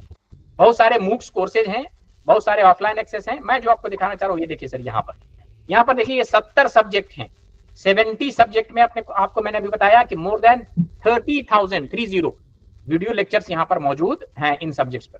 जैसे एडल्ट एजुकेशन एक सब्जेक्ट का नाम है सर, कंप्यूटर साइंस देखिए एक सब्जेक्ट का नाम है, उसमें 633 टॉपिक पर वीडियो लेक्चर मौजूद हैं। उसी के नीचे देखिएगा इकोनॉमिक्स, सर स्क्रीन देख पा रहे हैं सर हमारा, बताइएगा थोड़ा सा। जी सर, जी सर, यस सर। इकोनॉमिक्स में देखिए सर 567 टॉपिक्स पर वीडियो लेक्चर मौजूद है। इसी तरह से एजुकेशन की बात करें, सुरेंद्र जी का पाठ है, तो एजुकेशन पे देखिए 106 टॉपिक पर वीडियो लेक्चर है। इन्वायरमेंटल साइंस आजकल हर जगह पढ़ाया जा रहा है, यहाँ पर 530 टॉपिक पर वीडियो लेक्चर मौजूद है। हिंदी की बात करते हैं तो हिंदी में 592 टॉपिक पर वीडियो लेक्चर मौजूद है। तो ठीक है सर, ये सब तो दिखा दिया आपने, थोड़ा दिखाइए तो कुछ लेक्चर को कर करके कहाँ पर दिखता है, कैसे दिखता है। तो मान लीजिए इन्वायरमेंटल साइंस पे हम लोग चले गए सर, कहाँ पे चले गए, इन्वायरमेंटल साइंस। इन्वायरमेंटल साइंस पे अभी मैंने आपको बताया था कि कितने टॉपिक पर मौजूद है सर। इन्वायरमेंटल साइंस पे देखिए कितने टॉपिक पर वीडियो लेक्चर मौजूद है, कितने बताइए आप लोग, कितने पे है? 530, वेरी गुड। तो हम लोग देखना चाहते हैं, इसको क्लिक कर दिया सर, किसी भी टॉपिक पे देखना चाहते हैं उसको क्लिक कीजिएगा तो देखिएगा सर इन्वायरमेंटल साइंस यहाँ पर दिख रहा। किसी भी पेपर में सब्जेक्ट में डिफरेंट पेपर्स होते हैं, ये अलग अलग पेपर हैं सर, जैसे ecosystem, analytical chemistry, biodiversity, water resource management and so energy environment, बहुत सारे पेपर्स के नाम दिए हुए सर। तो मान लीजिए किसी पे हम देखना चाहते हैं वाटर रिसोर्सेज एंड मैनेजमेंट इस टॉपिक पर, तो देखिए वाटर रिसोर्सेज एंड मैनेजमेंट पे कितने टॉपिक पर लेक्चर मौजूद है सर? 39 टॉपिक्स पर। बोले कहाँ मिलेगा? यहाँ मिलेगा। ये 39 टॉपिक्स पूरे हैं सर, देखिए ये 39 टॉपिक्स पर सब मौजूद है सर लेक्चर, है ना। अब इसमें मान लीजिए कि हम देखना चाहते हैं, कोई भी देखना चाहते हैं, मान लीजिए प्रोसेसिंग ऑफ हाइड्रोमीटर डेटा, कुछ भी देखना चाहते हैं, that is up to you, या वाटर रिसोर्सेज ऑफ इंडिया, चलिए इसको देखिए। तो इस टॉपिक पे अगर लेक्चर कोई बच्चा देखना चाहता है तो देखिए इसको क्लिक कर दिया। अब देखिए सर इसको क्या क्या चीजें यहाँ मिलेंगी, पहले देख लीजिए।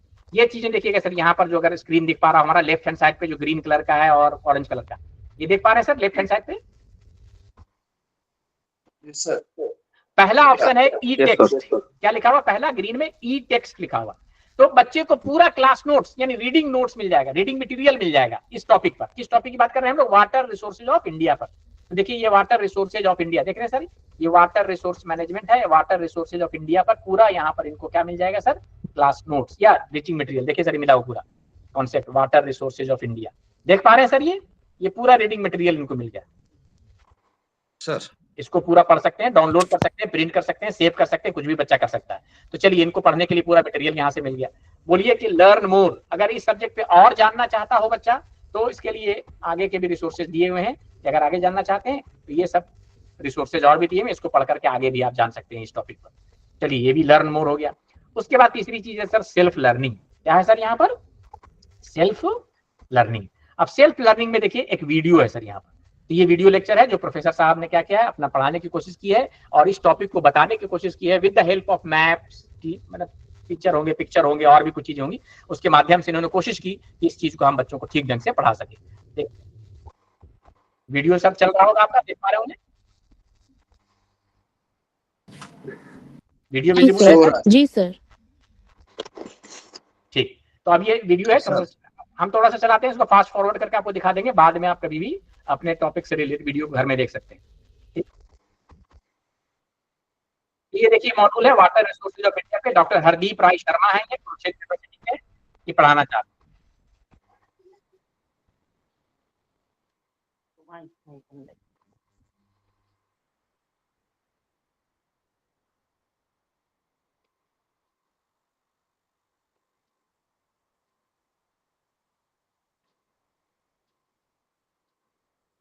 कहने का मतलब है with the help of certain pictures, maps या कह लीजिए कि सिमुलेशंस, जो ये प्रोफेसर साहब हैं ये बताने की कोशिश कर रहे हैं कि वाटर रिसोर्सेज ऑफ इंडिया कौन कौन सा है। तो ये पूरे वीडियो को उससे रिलेटेड वीडियो है, आप जब भी चाहें थोड़ा टाइम मिले तो देखिएगा। तो इस तरह के 30,000 से ज्यादा वीडियो लेक्चर्स यहाँ पर मौजूद हैं, अलग अलग टॉपिक। यहाँ तक ठीक है सर, बातें समझ में आ गई कि कैसे ही पीजी पाठशाला को एक्सेस करेंगे? Yes sir. तो हम Yes, इसको sir. भी वीडियो यहाँ पर प्ले नहीं कर रहे हैं, आप अपने टाइम पे जब भी जाइए, हमने गूगल से करके आपको दिखाया इसलिए कुछ नहीं लिखना है सर, गूगल पे जा करके आपको ईपीजी पाठशाला लिखना है, ये पेज आ जाएगा। यहाँ पर आप अपने सब्जेक्ट से रिलेटेड बहुत सारे वीडियो खुद भी देख सकते हैं, और आपको अगर लगता है कि नहीं हम अपने बच्चों को रेफर कर दें, यहाँ पर उनके लिए बड़ा काम का चीज है, तो आप उनको रेफर भी कर दीजिए ताकि बच्चे वहां से देख करके पढ़ सके। आई मीन टू से इस तरह के रिपोजिटरी को जहां पर सीखने के लिए बहुत सारी चीजें रखी हुई हैं, हम लोग बोलते हैं sir open educational resources. Open का मतलब it is open for all है, इसको पढ़ने के लिए फ्री है, कहने का मतलब कोई पैसे नहीं लगना है, 24/7 अवेलेबल है इंटरनेट पे, और एजुकेशनल रिसोर्सेज है, इसको आप पढ़ करके कोई भी स्टूडेंट पढ़ सकता है या टीचर अपने आप को अपडेट करना चाहता है तो कर सकता है, and so. So these kind of resources are commonly known as OER, open educational resources. ठीक है सर यहाँ तक? जी सर। और वैसे ही एक रिसोर्स का नाम ईपीजी पाठशाला है। ईपीजी पाठशाला एक रिसोर्स का नाम है, ऐसे ऐसे बहुत से रिसोर्सेज हैं सर, हंड्रेड्स ऑफ रिसोर्सेज ऐसे हैं जहां पर इतने सारे आपको मटेरियल्स मिलेंगे। आप बोल सकते हैं कि सर इसमें हमारे सब्जेक्ट से रिलेटेड नहीं, तो घबराइए मत, हमको और अभी आपको रिसोर्सेज का नाम बता देते हैं जहां पर आप जाकर खोज सकते हैं, जहां आपके सब्जेक्ट से रिलेटेड भी बहुत सारे मटेरियल फ्री ऑफ कॉस्ट आपको मिलेंगे। इसको हम लोग OER बोलते हैं। बोले कहां पर मिलेंगे सर, पहले वही बता दीजिए फिर आगे बढ़िएगा। तो हम लोगों ने कोविड के टाइम पे क्या किया था कि students and teachers were logged in their respective places, तो हम लोगों ने क्या किया सर, इस तरह के रिसोर्सेज को कंपाइल किया, उसकी लिस्ट, और AMU की वेबसाइट पे डाल दिया था, ताकि टीचर्स और स्टूडेंट घर बैठे अपने अपने उसको देख सकें, और अगर पढ़ना चाहें तो वहां से पढ़ सकते हैं। तो आप देखिएगा सर AMU.ac.in लिखिएगा गूगल पे, मैंने देख पा रहे हैं सर वेबसाइट AMU का विजिबल है सर? तो ये देखिए हमने क्या लिखा है, AMU.ac.in, सिर्फ लिखना आपको AMU.ac.in। तो ये होम पेज जो आता है, पहला ही पेज में देखिएगा सर, यहाँ स्टूडेंट सर्विसेज है बीच में, अगर देख पा रहे हो तो स्टूडेंट सर्विसेज, इसको क्लिक करेंगे तो देखिएगा सर यहाँ लिखा हुआ है open access and open learning resources. देख पा रहे हैं sir, open access and open learning resources. Yes sir. Yes sir. Click करना है, कहीं से भी सर खुल जाएगा। अब देखिए आ गया open access and open learning resources, जैसे इसको क्लिक करेंगे वो लिस्ट पूरी देखिए आ गई, list of open access learning resources. देख पा रहे हैं सर, ये पूरी लिस्ट आपके सामने है। और ये 19 नंबर पर देखिएगा सर ईपीजी पाठशाला है, देख पा रहे हैं सर 19 नंबर पर ईपीजी पाठशाला। यस सर, दिखाई दे रहा। तो ईपीजी पाठशाला एक रिसोर्स है। वैसे वैसे देखिए 8 पेज पर कितने रिसोर्सेज हैं, hundreds of resources are there. आप अपने सब्जेक्ट से रिलेटेड चीजें यहाँ खोल सकते हैं। जैसे हम बताते हैं एग्जांपल के लिए एनडीएल नेशनल डिजिटल लाइब्रेरी, बहुत बड़ा रिसोर्स है, यहाँ से देख सकते हैं। स्वयं, अभी हम लोग दिखाएंगे, स्वयं के बारे में बातचीत करेंगे। दूसरा NKN कहलाता है सर, ये बहुत बड़ा रिसोर्स है। NPTEL, जहां पर बहुत सारे रिसोर्सेज आपको मिलेंगे, infotech, talk to teacher, AV, बहुत सारे देख रहे हैं, virtual lab, FOSSEE, spoken tutorial, ये सब वैसे ओपन OER हैं, जहां पर फ्री ऑफ कॉस्ट आपको बहुत सारे मटेरियल्स मिलेंगे जो आपके सब्जेक्ट के हो सकते हैं, जहां पर बच्चा देख करके पढ़ सकता है और सीख सकता है। इस तरह के रिसोर्सेज को हम लोग बोलते हैं sir OER, open educational resources. And one such resource is क्या, ईपीजी पाठशाला। और वैसे बहुत से रिसोर्स मैंने आपको यहाँ पर देखिए कंपाइल करके दे दिए हैं। आप देखेंगे इसमें स्कूल के भी कोर्सेज हैं, ई बुक भी हैं, बहुत सारे ई बुक्स यहाँ मिल जाएंगे। आप चाहिए तो स्कूल लेवल का चाहिए, ई जर्नल चाहिए, कोर्सेज, सारे कोर्सेज यहाँ पर सर हैं, सॉफ्टवेयर हैं, थीसिस हैं, डिजर्टेशन हैं, स्कूल लेवल के कोर्सेज हैं, एंड सो। ठीक है सर, यहाँ तक बातें ठीक है? जी सर। जी सर।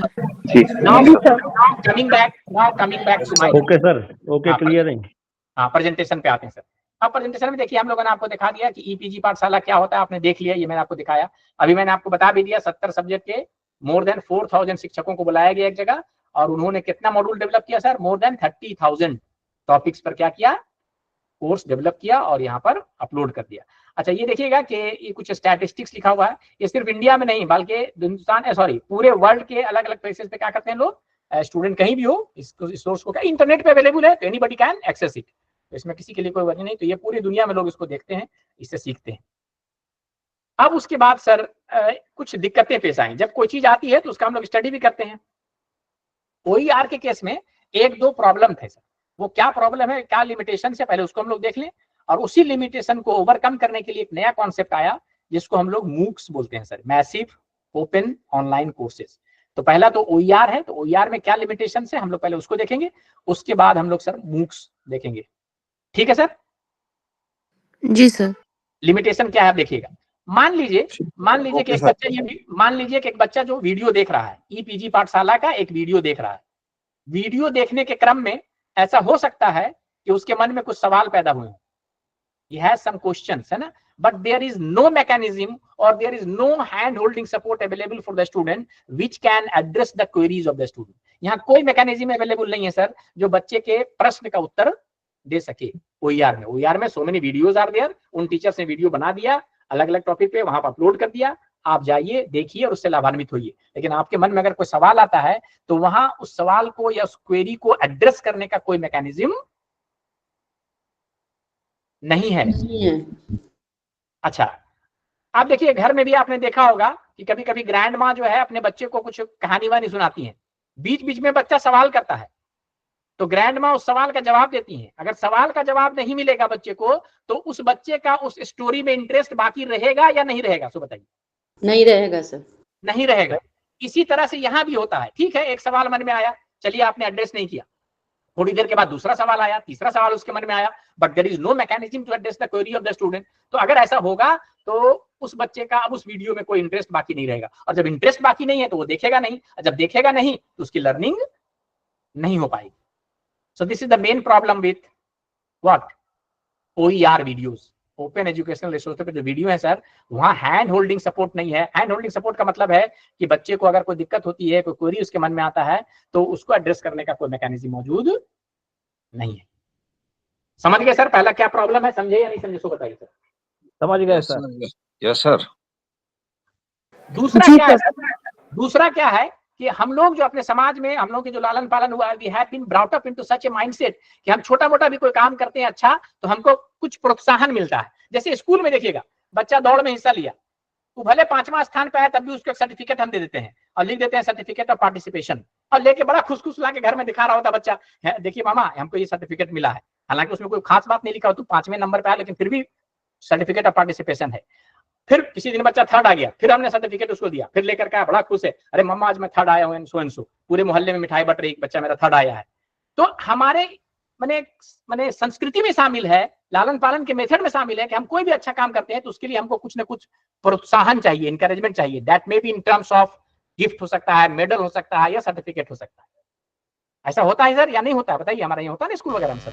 होता है। लेकिन यहाँ पर एक बच्चा मान लीजिए कि 10 वीडियो देख लिया, उसने 100 वीडियो देख लिए उस टॉपिक पर, लेकिन कोई प्रोत्साहन नहीं है। यहाँ पर प्रोत्साहन का मैकेनिज्म नहीं, इंकरेजमेंट नहीं है, उसको कोई सर्टिफिकेट नहीं मिल रहा कि हाँ इस बच्चे ने मैंने 5 वीडियो देख लिया, 10 वीडियो देख लिया, 50 वीडियो देख लिया, सीख लिया, इस तरह का। There is no provision for certification for watching the video of OER। तो जब प्रोत्साहन उसको नहीं मिलेगा बच्चे को, तब भी वो बहुत उत्साहित नहीं होता। चलो ठीक है, एक दो देख लिया, बहुत ज्यादा चाव से या मेहनत से, लगन से उसको नहीं करेगा उस काम को, क्योंकि यहाँ कोई इंकरेजमेंट नहीं है। तो ये दो इसके सर मेजर फ्लॉ थे। पहला फ्लॉ तो ये था कि हैंड होल्डिंग सपोर्ट नहीं है, हैंड होल्डिंग का मतलब है क्वेरी एड्रेस करने का मैकेनिज्म नहीं है, और दूसरा कि उसके इंकरेजमेंट का यानी सर्टिफिकेशन का कोई प्रोविजन नहीं है। अच्छा, यहाँ पर जो सब लेक्चर है हमने बार बार कहा कि टॉपिक्स पर हैं, डिफरेंट डिफरेंट टॉपिक्स पे हैं। जैसे फिजिक्स के 3 टॉपिक पे है, केमिस्ट्री के 5 टॉपिक पे है, पूरे कोर्स पर लेक्चर मौजूद नहीं है। कोर्स और टॉपिक में अंतर समझिएगा सब थोड़ा सा, फिर बात आगे करेंगे। जैसे आप एक कोर्स पढ़ाते हैं ना, मान लीजिए कि आप इकोनॉमिक्स के टीचर हैं, हिस्ट्री के टीचर हैं, हिंदी के टीचर हैं अपने, तो जो कोर्स पढ़ाते हैं उसका एक सिलेबस आपको मिलता होगा। Yes sir. एक मिनट, हेलो हेलो, जी सर। कहाँ से? हाँ जी जी बताइए। हाँ हाँ 16 तारीख को है ना टेस्ट। ओके मैं भेज दूंगा, ठीक है। हाँ जी, हम लोग बात कर रहे थे कि इस केस में क्या है सर, सर्टिफिकेशन का प्रोविजन। हाँ, बात कर रहे थे कि कोर्स में तो आप एक सिलेबस जब पढ़ाते हैं, कोई भी एक सेमेस्टर में आप पढ़ाते होंगे, तो उसका एक सिलेबस मिलता है या नहीं मिलता है? सो बताइए इधर से, हाँ या ना में जवाब दीजिए पहले, फिर आगे बात करें। Yes sir, yes sir. एक सिलेबस, और उस सिलेबस में कुछ टॉपिक्स होते हैं, यूनिट 1, यूनिट 2, यूनिट 3 ऐसा लिखा होता है, ये रिलेटेड टॉपिक होते हैं, 15-20 टॉपिक होते हैं, डिपेंडिंग ऑन द, मैंने 2 क्रेडिट का कोर्स है या 4 क्रेडिट का कोर्स है, कभी बड़ा सिलेबस होता है, कभी छोटा हो सकता है, तो उसमें 15-20 या 20-25 रिलेटेड टॉपिक होते हैं। यही होता है ना उस सिलेबस में लिखा हुआ। आप पहला दिन पहला टॉपिक पढ़ाते हैं, फिर दूसरे दिन दूसरा टॉपिक, तीसरा टॉपिक, और पूरे सेमेस्टर में उन टॉपिक्स को पढ़ा खत्म करते हैं तो पूरा कोर्स खत्म हो जाता है। बच्चा उसका एग्जाम देता है, और अगर पास कर गया, वो सेशनल में भी या इंटरनल टेस्ट होते हैं, फाइनल एग्जाम होते हैं, दोनों में पास कर गया तो बच्चा पास हो जाता है। तो यहाँ पर सर कंप्लीट कोर्स है, जिस कोर्स में 20-25 रिलेटेड टॉपिक हैं, ठीक है ना। यहाँ पर वैसा नहीं है। जो ओईआर के केस में जो आपका सिलेबस है उसमें हो सकता है 5-10 टॉपिक पे लेक्चर मौजूद है, पूरे कोर्स पे मौजूद नहीं है। मेरी बात समझ रहे हैं सर? जी सर। अच्छा, तो अब इन 2 कमियों को दूर कहां पर किया गया? मूक्स में। मूक्स में सबसे पहला कमी था कि सॉरी, ओईआर में हैंड होल्डिंग सपोर्ट नहीं है।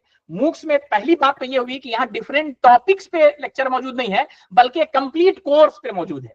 उस कोर्स में अगर 15-20 टॉपिक है तो 15-20 टॉपिक पर लेक्चर मौजूद है, वहां पर वीडियो लेक्चर मौजूद है। ये ना कि उस कोर्स के 2-3 टॉपिक पे, 5-10 टॉपिक पे पार्शियल नहीं है, कंप्लीट वीडियो लेक्चर मौजूद है वहां पर। उसमें जितने भी टॉपिक हैं उन सब टॉपिक पे वीडियो लेक्चर मौजूद है। तो पहला अंतर तो आप समझ गए ओईआर में और मूक्स में क्या है सर? बोलिए सर। जी जी जी जी। उसमें अलग समझ गए ना सर, कुछ टॉपिक्स पे हैं, यहाँ पर कंप्लीट एक कोर्स के पूरे टॉपिक्स पे मौजूद है। अगर फिजिक्स की बात कर रहे हैं जो फर्स्ट सेमेस्टर में पढ़ाया, मान लीजिए कि हम जनरल फिजिक्स की बात कर रहे हैं, मैग्नेटिज्म की बात कर रहे हैं, या हिंदी की बात कर लीजिए, तो मैंने मध्यकालीन कुछ होगा, मध्यकालीन कविता या कुछ भी उस पर बात कर रहे हैं, तो उस सिलेबस के कंप्लीट टॉपिक्स पर, सारे टॉपिक्स 20-25 जो भी टॉपिक्स में, उसमें पूरे पे वीडियो लेक्चर मौजूद है। तो पहला तो ये हो गया। दूसरा ये है कि अगर बच्चा वीडियो लेक्चर देख रहा है और उसके क्रम में कहीं उसके मन में सवाल आता है, तो यहाँ पर हैंड होल्डिंग सपोर्ट मौजूद है। There is mechanism to address the query of the student. जो भी क्वेरी आएगा बच्चा लिख देगा वहां पर, उसका तुरंत जवाब टीचर दे देगा, चाहे तुरंत दे दे या बाद में दे दे। यानी I mean to say there is a mechanism available to address the queries of the student, जो कि ओईआर में नहीं था। ठीक है सर? जी सर। तीसरा जो है यहाँ पर, अब अगर बच्चा क्या है सर, पूरे कोर्स पर मौजूद है वहां पे, तो आपके सारे कोर्स को उसने देख लिया एक सेमेस्टर में, वीडियो लेक्चर देख लिया। मान लीजिए कि 25 टॉपिक पे आपने बनाया था, 2500 टॉपिक देख लिया, पूरा कोर्स कंप्लीट हो गया। उसका इंटरनल टेस्ट भी हुआ, सेशनल एग्जाम्स भी हुए, और वीकली टेस्ट भी हुआ, और फाइनल एग्जाम भी हुआ, उसने पास कर दिया। तो जैसे ही बच्चा पास करता है, आप उसको एक सर्टिफिकेट देते हैं कि this student has completed this course from स्वयं। तो ये सर्टिफिकेशन का भी प्रोविजन है कि जैसे पास करेगा एक तुरंत आप उसको सर्टिफिकेट भी दे देते हैं, जो कि मिसिंग था कहां पे? ओईआर के केस में ये बात नहीं थी। जी जी। अच्छा, अब सर्टिफिकेट तो मिल गया, बोला लड़का क्या करेगा, एक सर्टिफिकेट, 2 सर्टिफिकेट नहीं। अब सर्टिफिकेट जो मिला उसको, मान लीजिए कि उसने एक हिस्ट्री के सब्जेक्ट पे या किसी भी सब्जेक्ट पे जो भी कोर्स वहां पर अवेलेबल था उसको कर लिया, 4 क्रेडिट का कोर्स था। करने के बाद अगर वो सर्टिफिकेट अब अपने कंट्रोलर को लाके देगा, अपने कॉलेज के कंट्रोलर ऑफ एग्जामिनेशन को, तो उनके कंट्रोलर ऑफ एग्जामिनेशन क्या करेंगे, उनके ग्रेड शीट पे इस कोर्स को रिफ्लेक्ट करेंगे। इसको ऐसे समझिए कि मान लीजिए किसी सेमेस्टर में बच्चे को 5 कोर्स पढ़ना था। सेमेस्टर में सर ऐसे ही होता है, 4-5 कोर्स पढ़ने पड़ते हैं, ठीक है? ऐसा ही होता है ना सर, किसी सेमेस्टर में 4-5 जी सर, जी सर, जी सर। तो 4 कोर्स तो उसने क्या किया, अपने कॉलेज में पढ़ा, जो टीचर पढ़ा रहे थे। 5वां कोर्स उसने कहां से कर लिया सर, कहां से? स्वयं से कर लिया, और उसका सर्टिफिकेट ला करके दे दिया at the end of the semester. तो कंट्रोलर साहब क्या करेंगे कि 4 सब्जेक्ट जो उसने यहां से पास किया उसके मार्क्स लिखेंगे, और पांचवा जो स्वयं से किया है वो भी इंटर करेंगे उसके ग्रेड शीट पे कि पांचवा इसने कहां से कर लिया है 4 क्रेडिट का, स्वयं से कर लिया है, और वो मार्क्स वहां रिफ्लेक्ट होगा। तो ये कितना बड़ा प्रोत्साहन है उस बच्चे के लिए, देखिएगा कि सिर्फ सर्टिफिकेट नहीं मिला बल्कि उस सर्टिफिकेट का उसके ग्रेड शीट पर रिफ्लेक्शन भी हो रहा है। And that credit will be counted for the award of the degree. Award of degree का मतलब 4 चौके 16, 4 क्रेडिट तो 16 वहां और 4 इसने अभी किया था मूक से, तो ये 4 16 4 20 क्रेडिट अब उसके माने जाएंगे। ऐसा ऐसा कोर्स कर लेगा वो तो 100 क्रेडिट करके आप उसको क्या दे देंगे सर, 100 क्रेडिट जब भी जमा हो जाएगा तो आप उसको यूजी की डिग्री मान लीजिए दे देते हैं। तो 100 क्रेडिट में से 40 क्रेडिट तक का कोर्स वो कहां से कर सकता है, स्वयं से कर सकता है। आई मीन टू से कि स्वयं में इन 3 बातों का ध्यान रखा गया कि उसमें इंकरेजमेंट के लिए डिग्री का भी प्रोविजन था कि अगर if any student successfully completes the course on the Swayam platform then a certificate is awarded to him or her, and that credit which is earned by the student after successful completion of swayam course will be reflected in the grade sheet of the student which is awarded from the parent institution, वहां भी reflect होगा। ये बहुत बड़ा फायदा है। दूसरा क्या था सर कि if the student has any query in his or her mind during watching the video then there are mechanisms to address this query। बहुत टाइम पे सर टीचर लाइव प्रेजेंट होते हैं, उनसे पूछ सकते हैं, और डिस्कशन फोरम होता है वहां आप अपने क्वेरी लिख सकते हैं, चैट का प्रोविजन होता है वहां पर आप लिख सकते हैं जहां पर आपको तुरंत उसका आंसर मिल जाएगा। तो लड़कों को क्वेरी को एड्रेस करने का भी मैकेनिज्म है यहाँ पर और सर्टिफिकेशन है। तो ये अंतर समझ गए सर दोनों में, ओईआर में और मूक्स में? Yes sir. जी सर, जी That's why जो है सर ये मूक्स बहुत प्रचलित हुआ। अब मूक्स है तो बोले मूक्स होता क्या है sir, massive open online course. Massive का मतलब है कि एक साथ यहाँ मोर देन 10,000 20,000 स्टूडेंट्स इनरोल हो सकते हैं depending on the popularity of your course, कितना आपका कोर्स पॉपुलर है सर। तो मान लीजिए लार्ज इनरोलमेंट इसमें हो सकते हैं एक साथ, और simultaneously all the 20,000 students can read this course और can learn from this course. Open होने का मतलब है sir it is open for all. इसमें कोई मैंडेटरी क्वालिफिकेशन नहीं है कि आपको 10th पास होना चाहिए करने के लिए, 12th पास होना चाहिए, बीएससी होना चाहिए, बीकॉम, ऐसा कुछ भी नहीं है। आपको लगता है कि नहीं एक ऐसी चीज है जो हम सीख सकते हैं, anybody can go and enroll in these courses and that too free of cost, उसके लिए कोई पैसे नहीं लगते हैं सर। तो मान लीजिए इंडस्ट्री प्रोफेशनल है और किसी टीचर ने कोर्स बनाया जावा पे, उसको जावा सीखना है, कुछ नहीं करना है सर, उसको आना इनरोल कर लेना है। वो कुछ नहीं पूछेगा कि 10th पास हो कि मैट्रिक पास हो कि 12th पास हो या नहीं हो, कुछ नहीं, जावा उसने सीखा घर चला गया, उसको एग्जाम नहीं देना है, कोई पैसे नहीं देने पड़ेंगे उसके लिए सीखने के लिए। तो that in that case in that sense basically it is open for all, इसमें no mandatory qualification is required. Am I clear sir what is mean by open? जी सर। दूसरा सर ऑनलाइन, सारे कोर्सेज ऑनलाइन होते हैं, fully online 24/7 available होते हैं जब आपको टाइम मिले। इंडस्ट्री प्रोफेशनल है, काम कर रहा है, उसको रात में टाइम मिलता है, हाउसवाइफ है उनको जब घर में टाइम मिलता है तब देख सकती हैं, स्टूडेंट्स हैं आफ्टर द कॉलेज टाइम में वो देख सकते हैं। तो ये फुल्ली ऑनलाइन होता है, 24/7 अवेलेबल होते हैं एंड कोर्स होते हैं सर। यहाँ पर 1 टॉपिक 2 टॉपिक 3 टॉपिक पे मटेरियल नहीं है, स्ट्रक्चर्ड कोर्स कंटेंट है, एक कोर्स है और उसके सारे रिलेटेड टॉपिक पर यहाँ वीडियो लेक्चर मौजूद होता है जो कि अभी आपसे डिस्कस किया। That's why it is known as massive open online course. I hope it is clear to all of you, sir. Yes, sir. Yes, sir. The basic philosophy of MOOCs is 3A. 3A का मतलब anytime, anytime का मतलब all 24/7 available है, जब आपको time मिलता है पढ़िए इससे। For anyone, कोई मैंडेटरी क्वालिफिकेशन नहीं है, वो चाहे कोई भी हो इसमें एनरोल कर सकता है, और from anywhere these courses are accessible, sir. यहाँ तक सर क्लियर है बातें, आगे बढ़ते हैं sir. Yes, sir. Yes, sir. अच्छा, अब उसके बाद देखिए सर ऐसा ही बोलिएगा, आप सर सवाल आता है ठीक है सर मूक्स, तो मूक्स होता कहाँ है सर, कैसा होता है, कौन सा प्लेटफॉर्म पे है? तो मैं थोड़ा सा मूक्स आपको दिखा देता हूँ पहले, उसके बाद फिर हम अपने डिस्कशन पे आते हैं। तो मूक्स क्या एक प्लेटफॉर्म है सर, मैंने आपसे बताया था स्वयं प्लेटफॉर्म है। अभी देखिएगा तो हम गूगल पे गए सर, कहाँ पर है सर इस वक्त? गूगल पे, यहाँ पर स्वयं लिख दीजिए। स्वयं लिखना है, आप कुछ भी नहीं लिखना है सर। आप जैसे ही आप स्वयं लिखेंगे you are here in the Swayam central, इसको क्लिक करें आप सर। जैसे स्वयं सेंट्रल क्लिक करेंगे स्वयं का सर वेब पेज खुल के आ गया। ये वेब पेज किसका है सर? स्वयं का। यहाँ पर देखिए सर अबाउट स्वयं लिखा हुआ है, तो नीचे जाके देख सकते हैं अबाउट स्वयं, स्वयं कब शुरू हुआ, क्या हुआ, नहीं हुआ, इसके बारे में लिखा हुआ है। ये सर कुछ लिखे हुए नेशनल कोऑर्डिनेटर्स, कितने सर? 10 नेशनल कोऑर्डिनेटर है। बोलिए सर ये नेशनल कोऑर्डिनेटर क्या होते हैं? तो बहुत तरह के कोर्सेज होते हैं सर, कुछ टेक्नोलॉजी रिलेटेड कोर्सेज, कुछ नॉन टेक्नोलॉजी कुछ होते हैं, कुछ पोस्ट ग्रेजुएट के होते हैं, कुछ स्कूल के होते हैं, कुछ डिप्लोमा लेवल कोर्सेज होते हैं। तो इन्होंने क्या किया हुआ गवर्नमेंट ने कि कुछ नेशनल कोऑर्डिनेटर बना दिया और उनको अलग अलग रिस्पॉन्सिबिलिटी दे दिया है। जैसे जैसे एग्जाम्पल के लिए हम बताते हैं कि एनपीटीएल एक संस्था है, नाम सुना होगा sir NPTEL? Yes sir. National programme on technology enhanced learning. तो इंजीनियरिंग के सारे कोर्सेज बनाने की जिम्मेदारी इनको दे दी, यानी बीटेक और एमटेक से रिलेटेड कोर्सेज अगर कोई बनाना चाहता है तो उसको कोऑर्डिनेट यानी इसकी कोऑर्डिनेटिंग एजेंसी किसको बना दी सर? किसको बना दी उन्होंने? NPTEL। ठीक है सर, क्लियर है? इसी को नेशनल कोऑर्डिनेटर बोलते हैं।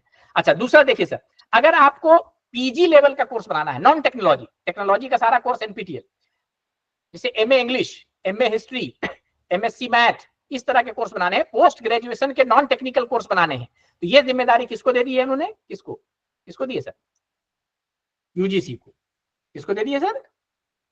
UGC। इसी तरह से आपको BA लेवल का कोर्स बनाना है, BA economics, BA history, BSc physics, तो ग्रेजुएशन लेवल का नॉन टेक्नोलॉजिकल कोर्स बनाना है UG का, तो ये सारा काम इन्होंने किसको थमा रखा है? किसको कोऑर्डिनेटर बना रखा है सर? CEC को। इसी तरह से स्कूल लेवल का कोई भी बनाना हो तो NCERT को बना दिया नेशनल कोऑर्डिनेटर, और NIOS, दोनों लोग कोऑर्डिनेट करते हैं इसको, स्कूल एजुकेशन को।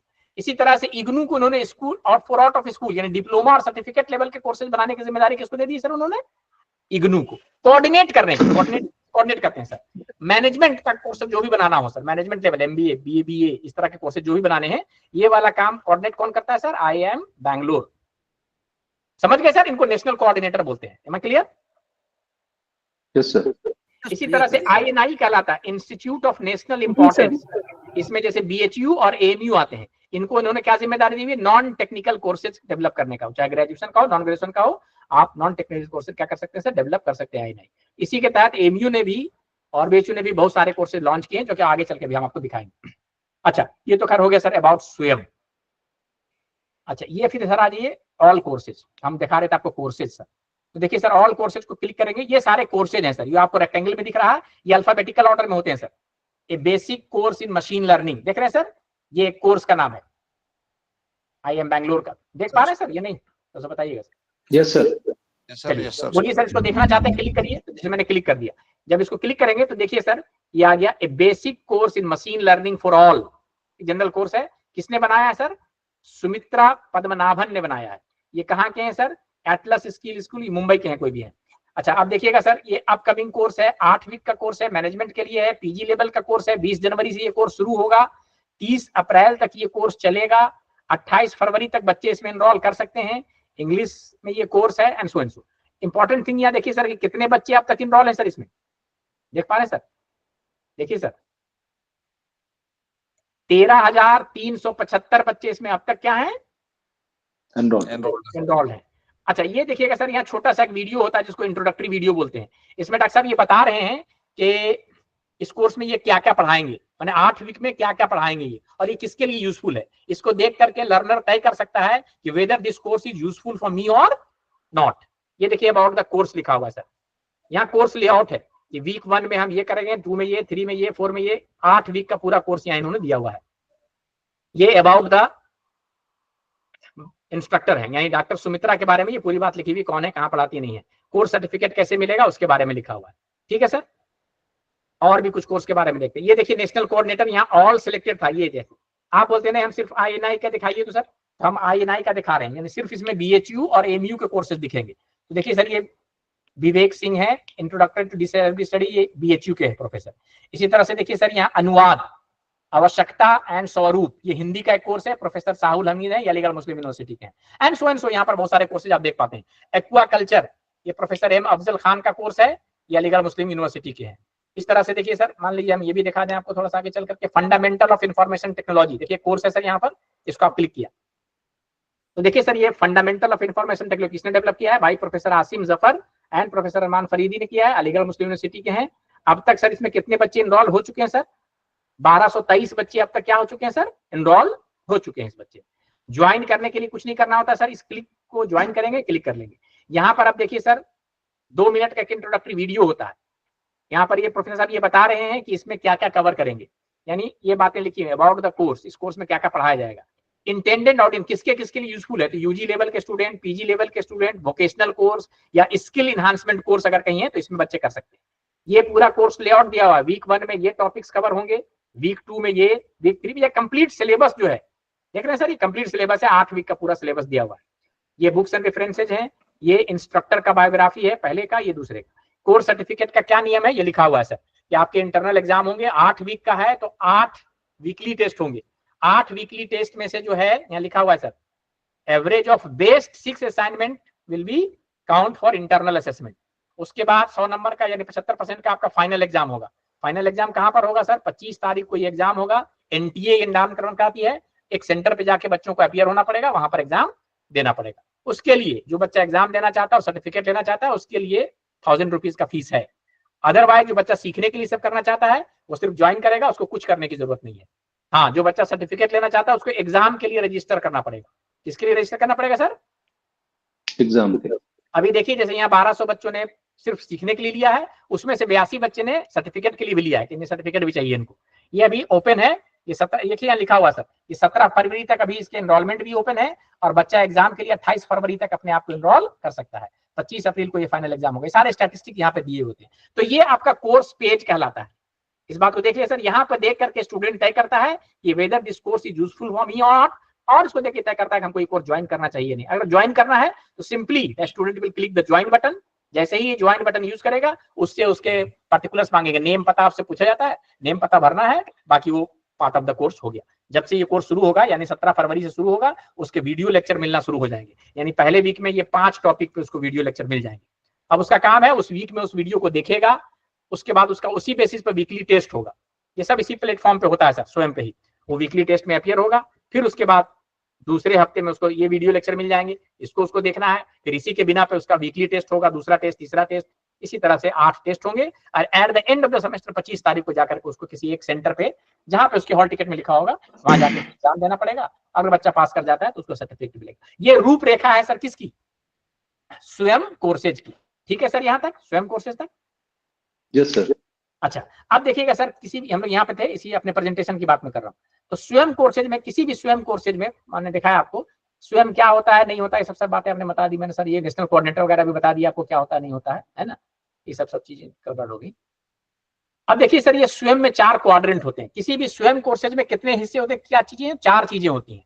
पहला तो वीडियो लेक्चर होगा, हर टॉपिक पे क्या होना है सर? Video lecture. बताया था मैंने अभी सर, वीडियो लेक्चर होना है हर टॉपिक पे। ठीक है सर। दूसरा क्या होगा? Specially prepared reading material. अभी मैंने आपको दिखाया था ई टेक्स्ट, जो बच्चों को आप देते हैं एज ए क्लास नोट या मटेरियल जो देते हैं, स्टडी मटेरियल दिखाया था ना, ई टेक्स्ट आपको ईपीजी पाठशाला में। Yes sir. है ना, ई टेक्स्ट होना चाहिए। तीसरा कंपोनेंट होना चाहिए self assessment test through test and quizzes. आप जो वीकली टेस्ट लेंगे या फाइनल एग्जाम लेंगे उसके लिए आपको क्वेश्चन भी देना चाहिए, ये क्वेश्चन आपके पास होना चाहिए। और an online discussion forum for clearing the doubts of the student. तो ये तो आपको नहीं करना है सर, ये जो स्वयं का प्लेटफॉर्म है वहां पर ये फीचर मौजूद है, ये फैसिलिटी मौजूद है कि वहां डिस्कशन फोरम है, लड़का अपना सवाल लिखेगा, आपको उसी पे जवाब लिख देना है। तो ये काम तो आपको नहीं करना है। कौन वाला काम नहीं करना आपको सर? ये वाला, ये आपके पास ऑलरेडी है, चौथा नंबर का काम। कहां पर मौजूद है सर? ये कहां पे? स्वयं में मौजूद है सर ये प्रोविजन? स्वयं में है सर, स्वयं में हाँ बिल्कुल स्वयं में मौजूद है, आपको नहीं करना है। ठीक है। अच्छा, हम और आप जब भी पढ़ाते हैं, क्लास लेते हैं, तो हम सबों के पास नोट्स किसी ना किसी फॉर्म में होता है। कुछ लोग पीपीटी के माध्यम से पढ़ाते हैं, कुछ लोग हैंड रिटन नोट्स क्लास में रखते हैं, कुछ लोग टाइप रिटन नोट्स रखते हैं, और रखते भी हैं और हम अपने बच्चों से शेयर भी करते हैं। करते हैं या नहीं करते हैं सर? हाँ या ना में बताइए। Yes sir. जी सर। तो हमारे पास ये 2 नंबर वाला कंपोनेंट है या नहीं है? मान लीजिए हैंड रिटन मेरे पास है, हमने उसको टाइप करा दिया, तो वो नोट्स बन गया, उस नोट्स को मैंने सारे बच्चों के साथ शेयर कर दिया। तो ई टेक्स्ट जो है वो मौजूद हो गया कि नहीं आपके पास? देखिए तो दूसरा वाला केस है या नहीं? Yes sir. Yes sir.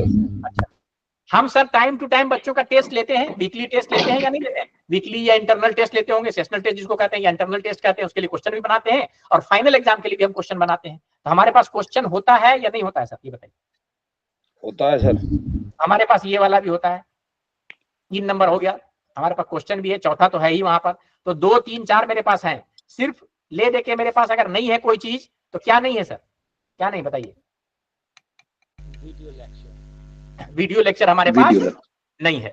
अब देखिए सर, हम एक तरीका बताते हैं आपको कि अगली बार से थोड़ा सा हम लोग अपने आप को व्यवस्थित कर लें तो क्या होगा। देखिए, व्यवस्थित इतना ही करना है कि अगले सेमेस्टर में अभी जब शुरू हो रहा है पढ़ाने के लिए जाए तो सभी लोगों के पास सर मोबाइल फोन होते हैं, सभी लोगों के पास अच्छे मोबाइल फोन है या नहीं है सर? मोबाइल फोन सबके पास अच्छा सब लोग रखते हैं। 300 रुपया में सर, 300 रुपया में एक ट्राइपॉड आता है, तो आप एक ट्राइपॉड खरीद ले सर, और उस ट्राइपॉड को क्या करें, यूं ऐसे लगा दें जहां पर आप पढ़ा रहे हैं, उसका फोकस कर दें कि देखिए हम ब्लैक बोर्ड में यहाँ पर काम कर रहे हैं, यहीं पर पढ़ा रहे हैं, आपको आपके ब्लैक बोर्ड को फोकस करें। और जैसे ही अपना लेक्चर शुरू करें, रिकॉर्डिंग स्टार्ट कर दीजिए। 40 मिनट का आपकी क्लास होती है, 40 मिनट तक रिकॉर्डिंग चलने दीजिए। आपने जितनी बात पढ़ाई, जितना ब्लैक बोर्ड वर्क किया, सब रिकॉर्ड बन गया, आपका आ गया। तो पहला लेक्चर आपका रिकॉर्ड हो गया सर। ठीक है। दूसरे दिन फिर क्लास में आइए, फिर यही प्रक्रिया करिए। तीसरे दिन आइए, यही प्रक्रिया करिए। At the end of the semester आपके पास उस कोर्स से रिलेटेड सारे वीडियो लेक्चर मौजूद हो जाएंगे या नहीं हो जाएंगे, सो बताइए। Yes sir. जी सर। सेमेस्टर के आखिर तक 3 महीने में जो भी आपका सेमेस्टर हुआ, आपने 30 क्लास 35 क्लास जो भी लिए, वो सारा वीडियो लेक्चर आपके पास मौजूद हो गया। तो अब आपके पास वीडियो लेक्चर भी है, अब आपके पास क्या है, वीडियो लेक्चर भी हो गया। क्लास नोट्स तो हमारे पास पहले से था, जिसको आपने टाइप करा लिया, तो ई टेक्स्ट भी हमारे पास मौजूद है, सवाल मेरे पास रहता ही रहता है। और ये तो डिस्कशन फोरम में हमको कुछ नहीं करना, ये स्वयं में मेरे पास फैसिलिटी है। अगर ये तीनों चीज, वीडियो लेक्चर, अपना प्रिंटेड मटेरियल और क्वेश्चन, तीनों चीज अगर आप स्वयं में अपलोड कर देते हैं, तो आपका भी कोर्स इसी तरह का यहाँ दिखने लगेगा। ऐसा कोर्स आपका भी दिखने लगेगा सर। ये कुछ भी जो भी आप नाम देंगे उस कोर्स का, से for example fundamental of economics and, जो भी आप कोर्स का नाम देंगे, ये आपका नाम यहाँ पर कोर्स दिखने लगेगा। मेरी बात समझ रहे हैं सर या नहीं समझ रहे हैं, सो बताइए। Yes sir. इसी तरह का देखिए आपका course introduction to research sir. Methodology, जो भी आप बनाएंगे जिस भी सब्जेक्ट का, तो ये कोर्स आपका यहाँ पर से दिखने लगेगा। तो बोलिएगा सर इसका दिखने तो लगेगा, तो फायदा क्या होगा? तो फायदा मैं आपको बताता हूँ। देखिए अभी तक जो आप पढ़ा रहे थे, तो आपके जो आपने पढ़ाया, ठीक है, आपके क्लास के बच्चे तो उससे लाभान्वित हुए ही। अब पूरी दुनिया में सारे बच्चे जो भी इसको देखेंगे, आपके एक्सपर्टीज से उनका वो लाभान्वित होंगे सर। एक तो आपको यश की प्राप्ति होगी। देखिए कि बड़ा कितने लोग मैंने बिना, फ्री ऑफ कॉस्ट, कुछ नहीं, तो आप पढ़ा रहे थे, आपको एक्स्ट्रा कुछ मेहनत नहीं करना पड़ा, सिर्फ 300 रुपये का आपने ट्राइपॉड खरीदा था, उसको लगा करके आपने रिकॉर्ड कर लिया और सारे को भेज दिया। तो बोलिएगा सर ये तो बड़ा अच्छा बात है कि यश की प्राप्ति होगी। और क्या प्राप्ति होगी? दूसरा प्राप्ति ये होगा कि आपका नाम यहाँ पर आ जाएगा इस कोर्स में। जैसे यहाँ पर नाम है सर, देख रहे हैं आप, डॉक्टर बृहस्पति भट्टाचार्य, है ना, वसंता कॉलेज ऑफ ह्यूमन, है ना लिखा हुआ सर, यहाँ पर देख पा रहे हैं या नहीं देख पा रहे हैं सर? ये आपका नाम आ गया। पूरे इंटरनेट पे आप लोगों ने, पूरी दुनिया में आपको लोग जान रहे हैं। चलिए पूरे दुनिया में ना सही, पूरे हिंदुस्तान में आपके लोग जान रहे हैं। एक मरतबा गुजरात गए किसी भवन में, वहां अरे सर आपका कोर्स मैंने किया था, प्रणाम सर, मैंने आपका कोर्स बनारस में लिया, मैंने आपका कोर्स किया था। ये अब सोचिए, वरना सिर्फ आप प्रचलित कहां तक थे? अपने कैंपस तक। चलिए यहाँ तक तो हो गया, तो आपका भी नाम हो गया, आपको यश की प्राप्ति हुई। और तीसरा क्या हुआ सर कि आपके कॉलेज या यूनिवर्सिटी का भी नाम आना है। यहाँ देख रहे हैं सर, अलीगढ़ मुस्लिम यूनिवर्सिटी लिखा हुआ है या BHU लिखा हुआ है, देख पा रहे हैं? उस यूनिवर्सिटी का नाम भी लिखा हुआ है। तो आपके कॉलेज का भी नाम हुआ, जिसका फायदा आपको रैंकिंग वगैरह आजकल होता है ना, नैक का एक्रेडिटेशन होता है, रैंकिंग होती है बहुत सारी, उसमें ये फायदा भी मिलता है। तो आपके कॉलेज की विजिबिलिटी बढ़ गई, आपकी विजिबिलिटी बढ़ गई, और आपके एक्सपर्टीज से सिर्फ आपके कॉलेज के बच्चे नहीं बल्कि पूरे हिंदुस्तान के बच्चे लाभान्वित हो रहे हैं। तो इससे यश की भी प्राप्ति हुई। तो बोला यश तो सब ठीक है, हम जो चीज जानना चाह रहे हैं वो बताइए, कुछ धन वन की भी प्राप्ति होती है कि नहीं? तो धन की भी प्राप्ति होती है सर। गवर्नमेंट ने बोला कि बड़ा गवर्नमेंट का ये बने फ्लैगशिप प्रोग्राम है, आप अगर ये 4 चीजें अपलोड कर देंगे तो गवर्नमेंट आपको सर कितना पैसा देगी? 13.5 लाख रुपए देती है। कितना देती है सर? 13.5 लाख। तो जो यश की प्राप्ति हुई अलग, कॉलेज का नाम अलग, आपका नाम अलग, बच्चे आपको पहचानने लगे पूरी दुनिया में अलग, और ऊपर से 13.5 लाख रुपया गवर्नमेंट ने आपको भी दिया। तो ये कहीं से भी घाटे का सौदा है? सो बताइए। और आपका इन्वेस्टमेंट सिर्फ कितने का था? 300 रुपये का ट्राइपॉड आपने खरीदा बस, बाकी तो आपके पास मोबाइल फोन का ही यूज कर ही रहे थे, उसको आपने रिकॉर्ड कर। ठीक है सर? Okay sir. अच्छा, तो अब सर 13.5 लाख रुपए आपको कैसे मिल सकता है? उसके लिए हमको क्या करना चाहिए और क्या नहीं करना चाहिए? हम लोग 4:30 बजे से जो क्लास शुरू होगी उसमें हमारा मेन मुद्दा यही रहेगा कि 13.5 लाख रुपया हर शिक्षक को कैसे मिले मूक्स कोर्स को डेवलप करने के लिए। तो ये हम लोग बात करेंगे 4:30 बजे से। तो हम लोग थोड़ा सा ब्रेक ले लें सर, और we will assemble at 4:30 PM। ठीक है सर? बहुत thank you so much sir. आपके मन में जितने भी सवाल आ रहे हैं सर, आपके मन में जितने सवाल आ रहे हैं, क्वेश्चन को जरूर कागज पे लिख के रखिएगा। अगले सेशन में हम आधा घंटे पहले ब्रेक कर लेंगे और उसके बाद सारे क्वेश्चन के आंसर देंगे। होपफुली कि जब क्लास खत्म होगी तो शायद कुछ भी आपके मन में आंसर का क्वेश्चन ना रहे, लेकिन अगर रह भी जाएगा तो हम लोग उसका एड्रेस जरूर करेंगे। ठीक है? Thank you sir. Thank you so much sir. सभी पार्टिसिपेंट से जो रिक्वेस्ट लोग है मिस करेंगे सर, जो लोग मिस करेंगे वो 7.5 लाख रुपए मिस वो करेंगे। टाइम से सेकंड सेशन को ज्वाइन करें। जी जी सर, 4:30 पर सभी लोग ज्वाइन करेंगे नहीं सेकंड ज्वाइन सेशन को। करेंगे सर, तुमका 13.5 लाख रखो, 5 ही मिनट में मैं बता दूंगा। Thank you so much. Thank you so much sir. Okay sir. Thank you sir.